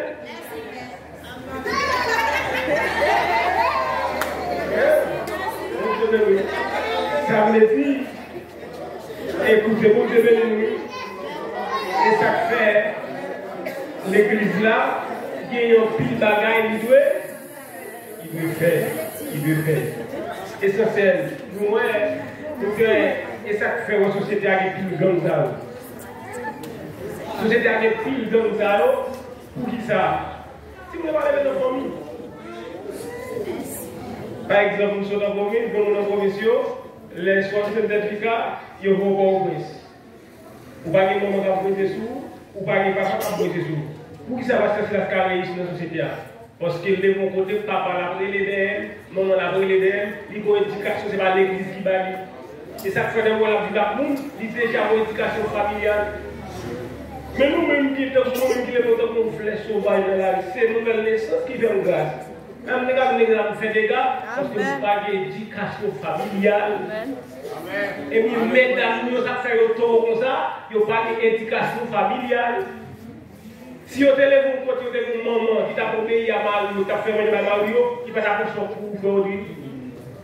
Si vous avez une maman ou papa qui lèvent ensemble, les voyages tout le monde se ensemble, et puis les bouillons ou patates ensemble, ils ont même tiré chérie, nous ne pouvons pas gaspiller tout l'eau, mais non, les jeunes filles, c'est en deux chambres, nous les lèvons, allez là-bas, c'est ma États-Unis qui va venir. Il va chier. Non, la vie nous choc familial. Tandis que la Bible dit, nous devons recevoir éducation famille. Et deuxièmement, nous, c'est à parler avec nous, la Bible dit nous devons de enseignement, la loi de la famille, la loi de la famille, ça dit. Marie est le chef de la femme soit soumise à vos mains, enfant obéissez à vos pas, ça veut dire son échelle. Quelle que soit la décision fille, mesdames et messieurs, nous pas obéir, même le plan conjugal, ou pas qu'on marie, pour m'avoir des choses, soit les toucher ou quoi, vous bien. Non, c'est pas éducation. Il est monsieur n'a changé de l'eau, monsieur, nous comme nous pas changer, mesdames au cavalier, mesdames tout en bout. Cavalier, oui. Ça me dit, écoutez, mon Dieu béni, attendez, mon Dieu béni. Ouais, le problème qu'avec nous là, sur ma ligne là, ça veut dire pour moi il faut réussir ça peut faire c'est dans le Seigneur. Est-ce que pour moi? Ça veut dire nous foyer, Maria, Akfia, bon, mes problèmes qui viennent dans le foyer. Je ne vais pas faire expérience de notre vie. Mesdames haïtiennes ou bien messieurs haïtiens ne pas faire dialogue. On foyer pas qu'à vivre sans dialogue. Fille haïtienne, et cuisine nous connaît. Faire manger, nettoyer caille, pas de temps pour nous dialoguer. Qui projette rien, ça y est, ça veut dire, quelle que soit ça, la loi pays dit nous-mêmes nous élever la parole de la Bible de Dieu, femmes, soyez soumises à vos mains, et même pas dans la sagesse dans le foyer. Ou pas obéir à Marie parce que le mot. Ou obéir à elle parce que la Bible demande pour obéir. Ou pas remettre madame parce qu'il obéit à moi. Ou remettre parce que la Bible demande de remettre madame. Même s'il n'a pas obéi avant, ou même faire ce qu'on doit faire. Est-ce que ça nous là? La Bible dit les filles à obéir avec Marie, c'est comme si à Christ. Que vous désobéissez Marie ou désobéissez à Christ. Marie ne pas remettre madame ou désobéir avec capacité pour dire pour remettre madame. Ça veut dire, nous devons mettre la rayon dans le et puis la l'église à apprendre. Souhait aux filles. Ça fait dit on fille, ta demandé Marie mon bagage, Marie va faire, foyer a un problème. Parce que faut fille a connaissance, a fait son bagage. Et une femme de Dieu, mon bagage a fait, il va dire qu'on a pris ensemble pour Dieu. Amen. Projet, nous mettons devant Dieu, c'est ça, foyer. Mais souhait, nous n'avons pas demandé à faire, oui mon Dieu. Son problème, ça veut dire, c'est comme ça. Le frère Nervieux voulait parler.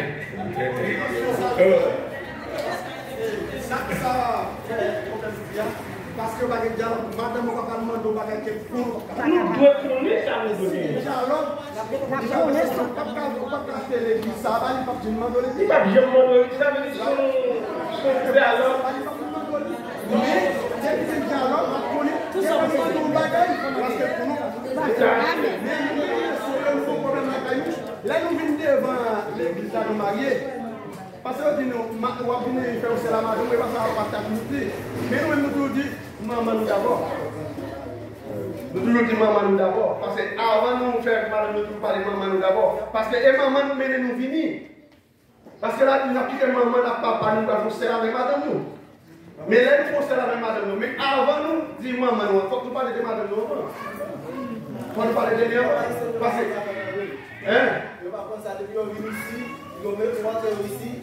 On va travailler, on va pas travailler, on dit comme ça, on quitte pareil.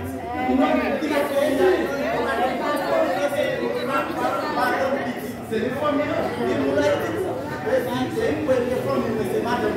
Bon, frère, nous allons continuer. Frère Marc, Continuons. Ah mais c'est ça, nous là, c'est ça. Allons avec notre thème. Avançons avec notre thème. La Bible, frère Max, papa, La Bible nous dit, frère, la Bible nous dit, il ne faudrait pas qu'on fuit du terme. Il ne faudrait pas qu'on fuit du terme. Je pense que le pasteur John a déjà parlé plusieurs fois sur cet enseignement. Et je ne sais pas pourquoi. Je sais que quand on touche le sujet sur le mariage, c'est un sujet qui gère beaucoup de polémiques. Et il y a toujours beaucoup de problèmes.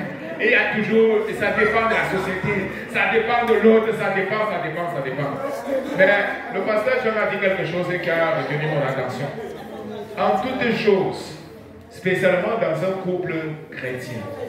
Dans un couple chrétien, qu'est-ce qu'on doit faire? On doit toujours se reporter à Dieu. Quelle est la volonté de Dieu? Même lorsque tu veux convaincre ta femme, n'utilise pas ta propre parole.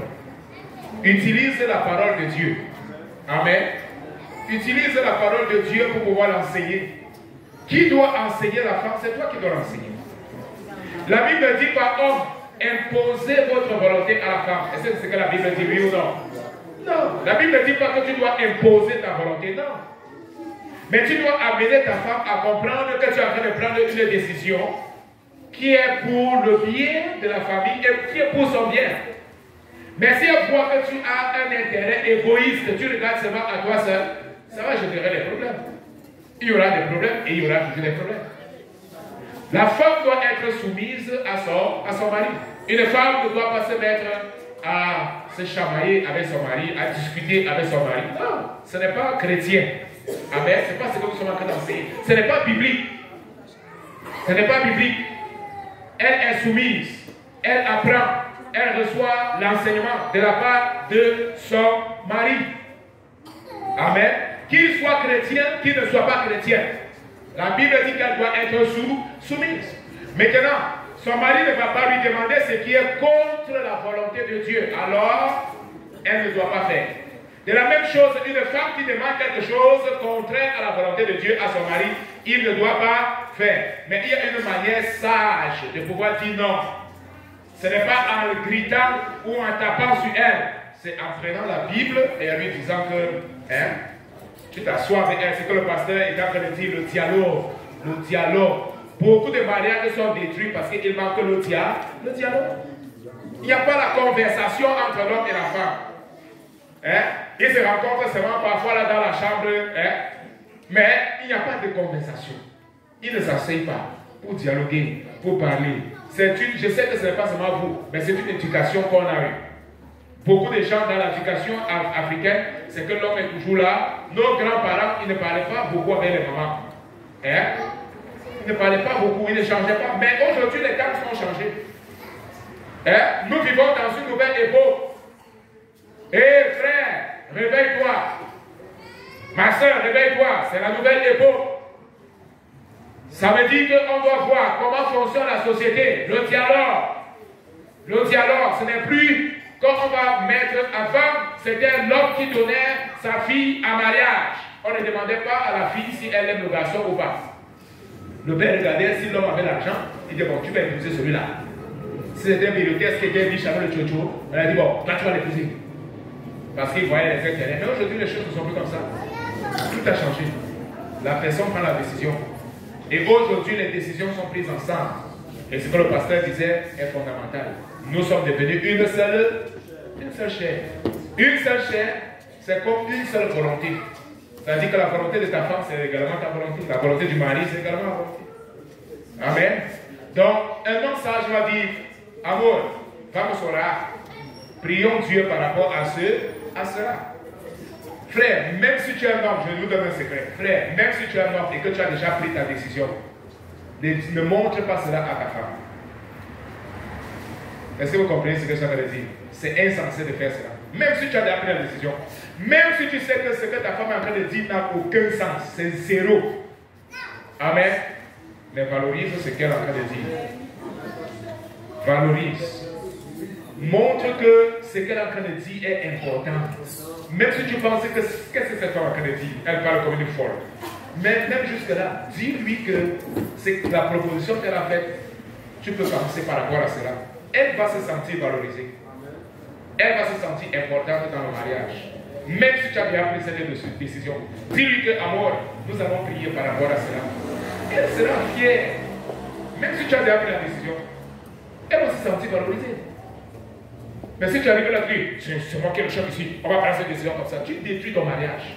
Tu détruis. Amen. Tu détruis ton mariage. Et la femme, la même chose. Tu veux quelque chose, ce n'est pas à la fin du mois, ou ce n'est pas quand c'est la crise que tu vas demander. On disait souvent ça. Vous savez, nos mamans, au moins, ont appris beaucoup de choses. Je ne sais pas comment est en Haïti, mais nos mamans apprenaient beaucoup de choses. Mon père, quand il rentrait du travail, s'il n'y a plus d'huile à la maison, acabo feijão, acabo azeite, acabo arroz. Ma mère, elle faisait toujours quelque chose, un miracle, le miracle des mamans. Pour que quand mon père rentre, il y a quelque chose qu'il va au moins se manger. Elle faisait du miracle. Et les femmes savent faire le miracle. Tu vois, elle prend quelque chose comme ça de rien, même si c'est l'eau. Elle met un peu de sel, elle met un peu ceci. Elle va là au jardin, elle cueille un peu de fleurs. Ça donne déjà le goût. Amen. Même si elle fait la farine de couscous là-bas, elle tourne déjà. Même si c'est le reste, elle tourne, elle fait quelque chose. Quand l'homme arrive, il mange, même si c'est seulement cela, il mange. Et après, le temps dit amour. Acabou arroz. Acabou feijão. Acabou azeite. Não temos mais nada para comer. Mas pelo menos ele comeu já alguma coisa. A barriga está cheia. Aí ele vai te ouvir. Parce qu'on dit ventre affamé n'a point d'eau. C'est pas vrai? Quelqu'un rentre, il est fatigué, il a faim. La première des choses que tu vas lui dire, c'est que l'huile est finie, arroz est fini, l'eau est finie. Il a faim, il ne comprend rien. Le seul langage qu'il comprend, c'est ça, ici, c'est vide. Tu lui as de lui présenter quelque chose, un langage qu'il ne va pas comprendre. Tu vas sauter, cet homme ne m'aime pas, tu n'as pas compris son langage. Amen. Quand elle a mangé ça, même si c'est rien du tout, alors tu peux lui dire acabo arroz, acabo feijão, acabo ta. Et tu vas voir. Tu vas dire, non, t'as un problème. A gente vai comprar, ele vai fazer milagre, ele vai fazer alguma coisa para poder. Amen. Est-ce que vous comprenez ça? La femme sage édifie sa maison, l'insensé avec sa propre main, elle l'a détruit. Donc la sagesse veut que ce soit cela. Et les femmes sont beaucoup sages, je ne sais pas. Bon, la sœur dit que les femmes haïtiennes sont les plus sages. Je ne sais pas pourquoi les hommes réclament. Mais si c'était 100% la vérité, bon, je ne sais pas. Simplement, il y a quelque chose qui est un peu différent là-bas. Mais, frère, nous ne sommes pas sur la terre. Le mariage, c'est une bonne chose. Avoir des familles, c'est une bonne chose. Mais nous devons savoir que Dieu a un but pour chacun de nous. Et notre but sur la terre va au-delà simplement de la famille. Amen. Va. Si on a décidé de travailler, moi-même, par exemple, pour moi-même, 10 ans, pour président. Donc, travail. C'est que je comprends l'engagement. Ça veut dire qu'il y a aussi, par exemple, si c'est pas de moi qui décide, c'est pour l'engagement. Il faut implémenter. Est-ce que pour moi-même, comment c'est grand monde, comment c'est parti? Si je travaille là,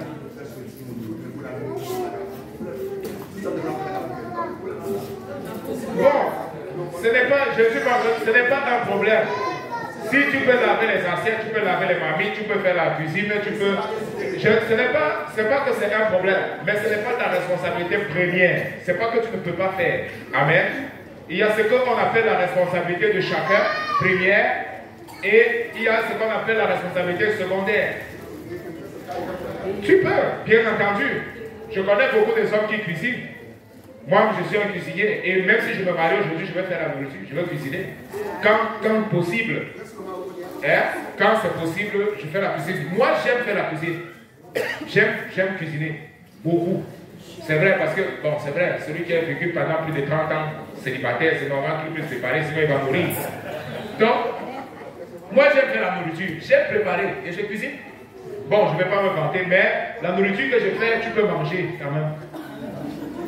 Ce n'est pas que c'est mauvais, mais tu peux manger et ne pas avoir les mal au bas. Il y a certains maris que s'ils font la nourriture, c'est mieux, c'est comme c'est le poisson, un frère guinéen. si la femme passe à côté, dit qu'est-ce qu'il va mettre l'huile, l'eau, et puis il va acheter ceci, il peut même mettre un venin là-bas sans savoir, pour ça que c'est un condiment. Il ne sait rien faire. Si sa femme voyage, il est mort. Non, tu dois apprendre à faire quand même quelque chose. Amen.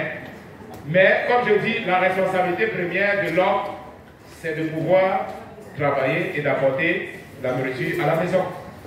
Maintenant, il peut avoir un commun accord, un frère où ta femme travaille, également tu travailles, et quand cela n'affecte pas l'avenir des enfants. Mais si tu vois que ton enfant a déjà un certain comportement parce qu'il manque l'éducation de base, alors ta femme arrête de travailler, elle prend soin de l'enfant, et toi seul, tu dois faire tout ce qui est possible pour pouvoir travailler et soutenir l'enfant et ta femme. Amen. Vous avez compris? C'est clair? Figo bon? Bon, non era o toque que eu vou falar. Bon, vamos pegar un exemple. Je vais terminer avec l'exemple de Anna. Je termine avec cet exemple. Lisons 1 Samuel le chapitre 1er. Lisons 1 Samuel le chapitre 1er. Je vais terminer avec Anne. Je savais déjà que je n'allais pas réellement avancer avec ce terme. Vous m'avez pris tout mon temps sur ceci. Je termine avec Anne. L'exemple de Anne. La Bible va nous montrer que essa mulher, né, presta atenção, união feminina e todos. Essa mulher tinha um propósito, Deus tinha um propósito na vida dela, mas ela tinha seu próprio propósito. Ela tinha a sua vontade. A vontade dela era uma vontade diferente da vontade de Deus. 1 Samuel, chapitre 1, que vai ler 1 Samuel, a partir do chapitre 1, a partir do verset 1er. Il y avait un homme de Ramathaïm. Il y avait un homme de Ramathaïm, Sophie, de la montagne d'Ephraïm, nommé Elkana, fils de Jéhoram, fils d'Élie, fils de Toi, fils de Shi, Ephratien. Il y avait deux femmes, dont l'une s'appelait Anne et l'autre Pénina. Pénina avait des enfants, mais Anne n'en avait point. Chaque année, tu es dans quel verset déjà? 3. Verset 3. Chaque année, cet homme montait de sa ville à Silo pour se prosterner devant l'Éternel des armées et pour lui offrir des sacrifices. Là se trouvaient les deux fils d'Élie, Ophni et Phiné, sacrificateurs de l'Éternel. Lis le verset 6. Sa rivale lui prodiguait les mortifications pour apporter à s'hériter de ce que l'Éternel avait rendu. Verset 7. Et toutes les années, il en est ainsi. Chaque fois, Anne montait à la maison de l'Éternel, Pénina la mortifiait de la même manière. Alors, elle pleurait et ne mangeait point. Ok, elle pleurait et ne mangeait. Bon, la Bible nous montre, c'est l'histoire d'une femme que vous connaissez très bien. Elle avait un désir de pouvoir avoir des enfants. Mais elle n'avait pas des enfants. Elle faisait tout. Elle n'avait pas d'air, elle n'avait pas d'enfants. Et la Bible nous dit que c'est Dieu qui avait voulu que ce soit ainsi. Qu'elle ne puisse pas avoir d'enfants. Non pas parce que Dieu voulait la priver, non pas parce que Dieu ne l'aimait pas. Non. Dieu avait un projet pour la vie de cette femme. Sauf que Anne, elle cherchait, elle désirait quelque chose pour elle.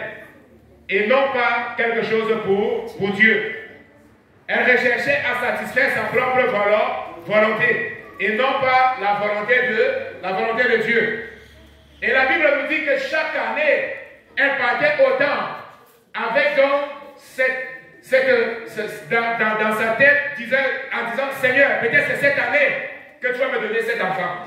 C'est cette année, je veux un enfant, je veux ceci pour moi, je veux montrer à Pénina également que moi aussi, je peux porter des enfants. Mais c'était, bien que ce soit un but légitime, mais c'était un mauvais plan. Ce n'était pas le projet de Dieu, ce n'était pas la volonté de Dieu, ce n'était pas la manière correcte de pouvoir chercher Dieu. Il y a quelque chose qui peut être légitime dans notre vie, mais ça ne signifie pas que c'est la volonté La volonté de Dieu.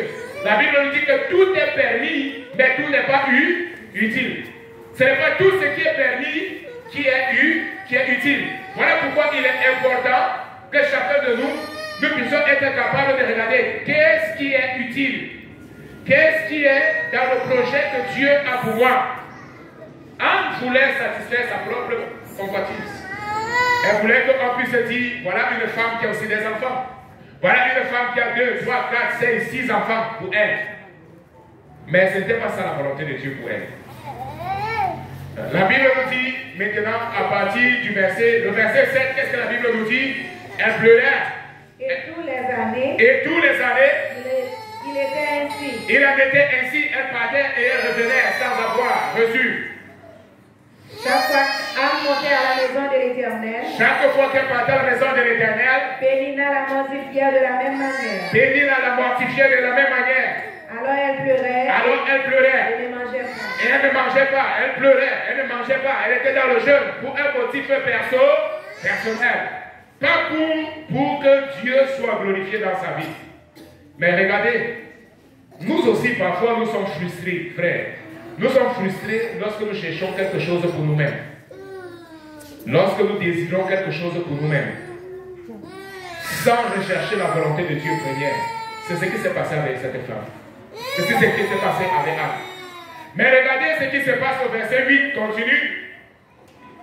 Elkana, son mari, lui disait, Anne, pourquoi pleures-tu? Anne, pourquoi pleures-tu? Et ne manges-tu pas? Et pourquoi est-ce que tu ne manges pas? Pourquoi ton cœur est-il attristé? Pourquoi ton cœur est attristé? Est-ce que je ne vaux pas pour toi mieux que 10 fils? Elkana, son mari, cherchait à la consoler, mais enfin, verset 9, continue. Anne s'éleva. Elle s'éleva. Après que l'on eut mangé. Après qu'on eut mangé. Et bu à Silo. Le sacrificateur Élie était assis sur un siège. Le sacrificateur était assis. Près de l'un des poteaux du temple de l'Éternel. Et l'amertume dans l'âme. L'amertume dans l'âme. Elle pria l'Éternel et versa des pleurs. Elle pria en pleurant. Elle fit un vœu. Elle fit quoi? Un vœu. Qu'est-ce qu'elle a fait? Un vœu. Elle fit quoi? Un vœu. Elle fit quoi l'église? Un vœu. Un vœu. En disant quoi? Éternel des armées. Éternel des armées. Si tu daignes regarder l'affliction de ta servante. Si tu daignes regarder l'affliction de ta servante. Si tu te souviens de moi. Si tu te souviens de moi. Et n'oublie point ta servante. Et n'oublie point ta servante. Et si tu te donnes à ta servante. Et si tu me donnes un enfant mâle. Un enfant mâle. Je le consacrerai à l'Éternel. Je le consacrerai à l'Éternel. Pour toujours. Pour toujours. Avant, Anne voulait un enfant pour elle. Elle voulait un enfant pour montrer à Pénina que bien elle était aussi une femme qui pouvait avoir des enfants. Elle regardait à quelque chose de personnel. Elle regardait à quelque chose d'égoïste. Mais lorsqu'elle a changé sa prière, lorsque Anne a changé sa manière de prier, elle a dit, Seigneur, si tu daignes regarder à ta servante, si tu regardes avec moi avec compassion, et tu me donnes un enfant mâle, qu'est-ce que je vais faire? Je le donnerai pour toujours à l'Éternel. Je vais le donner à toi. Je ne le veux plus pour moi-même. Frère, lorsque tu cherches quelque chose pour pouvoir donner à l'Éternel, Dieu, il va te concéder. Mais si tu demandes quelque chose pour ta satisfaction personnelle, pour ton égoïsme personnel, pour montrer aux autres que toi aussi tu es capable, que toi aussi tu peux, alors tu ne vas pas recevoir. Voilà pourquoi Jacques dit, vous demandez et vous ne recevez pas parce que vous demandez mal, dans le but de satisfaire votre propre convoitise. Anne, elle demandait pour satisfaire sa convoitise. Elle demandait parce qu'elle voulait se comparaître à sa rivale qui lui disait, voilà tu es une femme stérile, voilà tu es une femme sorcière, voilà tu es une femme ceci. Elle disait, Seigneur, donne-moi un enfant pour que cette femme me lâche. Mais Dieu disait non. Mais quand Dieu lui a montré, Anne a découvert le chemin pour entrer dans la volonté pleine de Dieu. Et qu'est-ce que la Bible nous dit? Alors Dieu est allé et Dieu a dit, voilà maintenant la prière que j'attendais. Alléluia. La prière que Dieu attend de chacun de nous, ce n'est pas une prière égoïste, mais c'est une prière qui cherche premièrement sa volonté. Voilà pourquoi la Bible dit cherchez premièrement le royaume et la justice de Dieu. Et toutes les autres choses vous seront données par-dessus tout. Alléluia. Si tu cherches Dieu premièrement, si tu mets Dieu premièrement devant toutes choses, Dieu va te donner. Tu demandes, mais tu ne reçois pas. Parce qu'il n'y a rien qui va amener à la gloire de Dieu dans ce que tu demandes. Alléluia. Vous voyez, quand Anne a reçu maintenant l'enfant Samuel, qu'est-ce qui s'est passé? Elle est allée et elle a effectivement donné à Dieu. Et nous voyons dans la Bible, dans le chapitre 2, le cantique de Anne, après avoir reçu la bénédiction que Dieu lui avait donnée. Alléluia. Mais si Dieu lui avait donné cela auparavant, peut-être elle n'allait même pas louer le Seigneur, elle n'allait même pas remercier le Seigneur, elle allait simplement regarder à Pélina et dire, oh, tu as vu Pélina, moi aussi, j'ai un peu avoir des enfants. La prière avec un feu. La prière accompagnée d'un feu. Amen. C'est un niveau supérieur. Seigneur, voici la situation. Si tu daignes regarder à ta servante, je te donnerai cela. Je ne veux pas être riche pour moi-même, Seigneur. Pourquoi beaucoup de personnes, Dieu ne peut pas les bénir financièrement? Parce que si Dieu les bénit financièrement, alors ils vont sortir de l'église. Si Dieu les bénit, ils vont abandonner l'église. Ils vont commencer à regarder les frères, il ne va plus saluer les frères. Il va commencer à passer devant les sœurs, il ne va même plus les saluer. Voilà pourquoi beaucoup de personnes ne sont pas bénies. Parce qu'ils cherchent quelque chose pour leur propre volonté. Mais quand tu demandes à Dieu, parce que tu veux bénir les autres, parce que tu veux aider les autres, parce que tu veux faire l'œuvre de Dieu, alors le Seigneur va t'ouvrir les portes. Alléluia. Dieu va ouvrir les chemins que tu n'attends même pas. Parce que tu n'es pas en train de demander pour toi-même, mais tu es en train de demander parce que tu veux donner gloire à Dieu. Tu veux aider les autres, tu veux aider son œuvre, tu veux aider au ministère, tu veux aider les missionnaires, tu veux faire l'œuvre de Dieu, alors Dieu va te bénir. Voilà le chemin pour entrer dans la volonté de Dieu. Le chemin pour entrer dans la volonté de Dieu, c'est demander ce que Dieu a préparé d'avance pour toi. Ce qui va donner gloire à son nom. Ce qui va donner gloire à son nom. Et je pose la question à chacun de nous. Qu'est-ce que nous sommes en train de demander à Dieu? Et en quoi est-ce que ce que nous sommes en train de demander à Dieu va glorifier son nom? Amen. Qu'est-ce que tu es en train de demander à Dieu? Et en quoi est-ce que ce que tu es en train de demander va donner gloire à Dieu? Tu peux demander un travail. Dieu veut que tu travailles? Oui, il veut que tu travailles. Mais quand il va te donner le salaire, qu'est-ce que tu vas faire avec? Tu vas prendre le même salaire. Certains vont acheter les habits, certains vont acheter ceci et vont oublier Dieu. Ou certaines personnes vont simplement dire merci Seigneur avec la bouche. Et vont regarder à un missionnaire qui a besoin. Va regarder à l'œuvre de Dieu qui a besoin et ne vont rien faire. Quand on va dire frère, est-ce qu'on peut contribuer pour pouvoir faire cette construction? La personne va rester les mains fermées. Alors qu'il a prié pour demander Seigneur, bénis-moi. Maintenant, Dieu veut qu'il puisse également bénir son œuvre, un frère Bernard. Mais la personne reste avec les mains fermées. Ça, ce n'est pas la volonté de Dieu. Dieu bénit pour que nous puissions également bénir. La Bible nous dit, la main qui donne, elle est plus bénie. Ce n'est pas la quantité, mais c'est la qualité, c'est le cœur. Est-ce que ton cœur est prêt à pouvoir le faire? Elle dit, Seigneur, ce que tu me donnes, je te le donne en retour. Je n'ai pas besoin d'avoir beaucoup, mais le peu que tu m'as donné, Seigneur, je te dis merci. Et je bénis également ton œuvre. Je vois également quelqu'un qui a besoin, et je le donne également. Je dis, Seigneur, merci parce que tu l'as fait. Anne a fait cela, elle a compris. Et lorsqu'elle a changé sa vision, alors Dieu l'a béni. Beaucoup de personnes demandent l'intelligence et la sagesse parce qu'ils veulent apparaître dans le monde, parce qu'ils veulent être connus dans le monde, parce qu'ils veulent que les gens l'apprécient, et ainsi de suite. Dieu ne va pas te donner cela. Ça ne viendra pas de Dieu. La sagesse est terrestre aussi. Et elle est démoniaque aussi. Tu peux la voir. Mais la sagesse divine a un but. La sagesse qui vient d'en haut a un but. Et le but de tout ce que Dieu te donne, ça sera toujours pour que son nom soit glorifié. Frère, si ce que tu reçois dans ta vie, le nom de Dieu n'est pas glorifié, tu peux être sûr d'une seule chose, ça ne vient pas de Dieu. Ou alors tu es en train d'utiliser ça d'une mauvaise manière. Parce que ce que Dieu te donne, il veut que tu puisses utiliser ça pour sa gloire. Il veut que tu puisses donner gloire à son nom. Il veut que lorsque les gens regardent à ce frère, on dit ce frère est une bénédiction de l'Éternel. Et le nom de l'Éternel est glorifié dans la société. Le nom de l'Éternel est glorifié dans l'église. Les gens regardent, on a un témoignage vivant. Alléluia. Gloire à Jésus. Gloire à Dieu.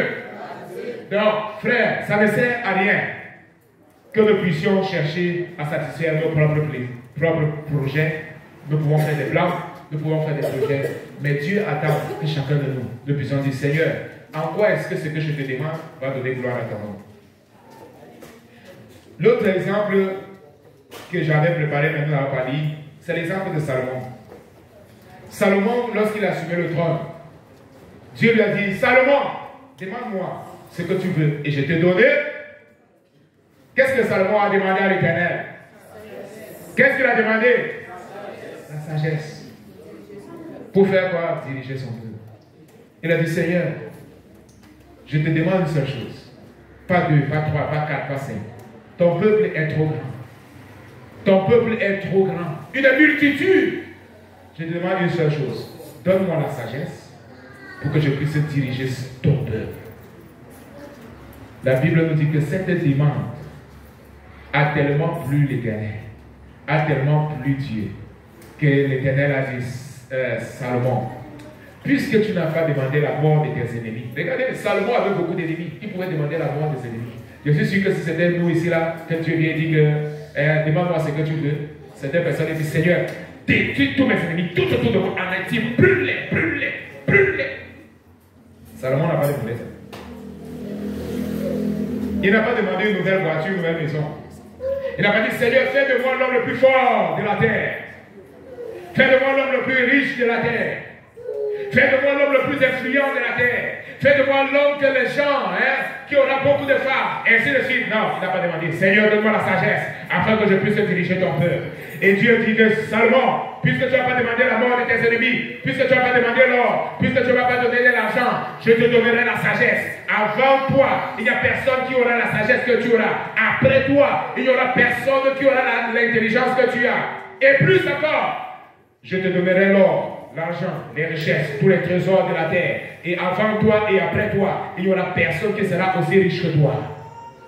Parce qu'il a cherché le royaume premièrement. Frère, lorsqu'on cherche le royaume de Dieu premièrement, pourquoi les gens aujourd'hui sont détruits? Pourquoi les gens aujourd'hui meurent? Pourquoi les gens aujourd'hui sont dans la tristesse, dans l'angoisse et beaucoup d'autres choses? Parce qu'ils cherchent à satisfaire premièrement leur propre volonté. Et cela va générer toujours des frustrations, des échecs, des angoisses, des persécutions. Et tout le temps, on va réclamer en disant que Dieu, où es-tu? Alléluia. Gloire à Jésus. Vous avez pris tout mon temps sur le mariage. Je n'ai même pas présenté 10 pages. Vous avez pris mon temps. Alors que c'est un thème que le pasteur John avait déjà abordé. Mes frères, ce matin, je m'arrête là. Et je veux que chacun de nous allons prier, mais je veux que chacun de nous puisse penser. Médite longuement. Nous avons parlé de beaucoup de choses, mais médite sur cela. Nous n'avons pas besoin de lire beaucoup de textes, mais je pense que les textes que nous avons lus sont importants. À la maison, médite-les, étudie-les, cherche à connaître quel est le but, pourquoi est-ce que tu es sur la terre, pourquoi est-ce que Dieu t'a créé. Amen. Certaines personnes, Dieu t'a appelé à l'enseignement. Mais tu n'es pas en train de te préparer par rapport à cela. Certaines personnes ici, Dieu les a appelées par exemple au ministère de la louange. Mais tu n'es pas en train de te préparer par rapport à cela. Alléluia. Tu dois te préparer. Certains ici là sont même missionnaires. Mais la personne n'est pas en train de se préparer. Frère, je dis toujours que Dieu ne nous a pas sauvés pour que nous soyons assis simplement dans l'église sur les bancs. Pour que nous venons les dimanches, nous nous retrouvons, nous louons le Seigneur, nous bénissons le Seigneur et nous rentrons à la maison. Non, Dieu a un plan, Dieu a un projet. Je pense que le plan de Dieu peut être simplement ça. La question qu'on doit se poser, c'est quand est-ce que je me leverai et que je commencerai réellement à entrer dans ce que Dieu a préparé pour moi. Le monde attire, le monde vole notre temps, le monde nous préoccupe davantage. Mais Dieu continue de dire que j'ai un plan, j'ai un projet pour chaque personne ici qui est assis. Peu importe ton âge, que tu sois jeune, que tu sois déjà âgé. Dieu continue de dire j'ai un plan et j'ai un projet pour ta vie. Cherche à connaître ce plan, cherche à connaître ce projet. Prie le Seigneur et le Seigneur va te révéler, Amen. Amen. Bon, nous allons terminer par là.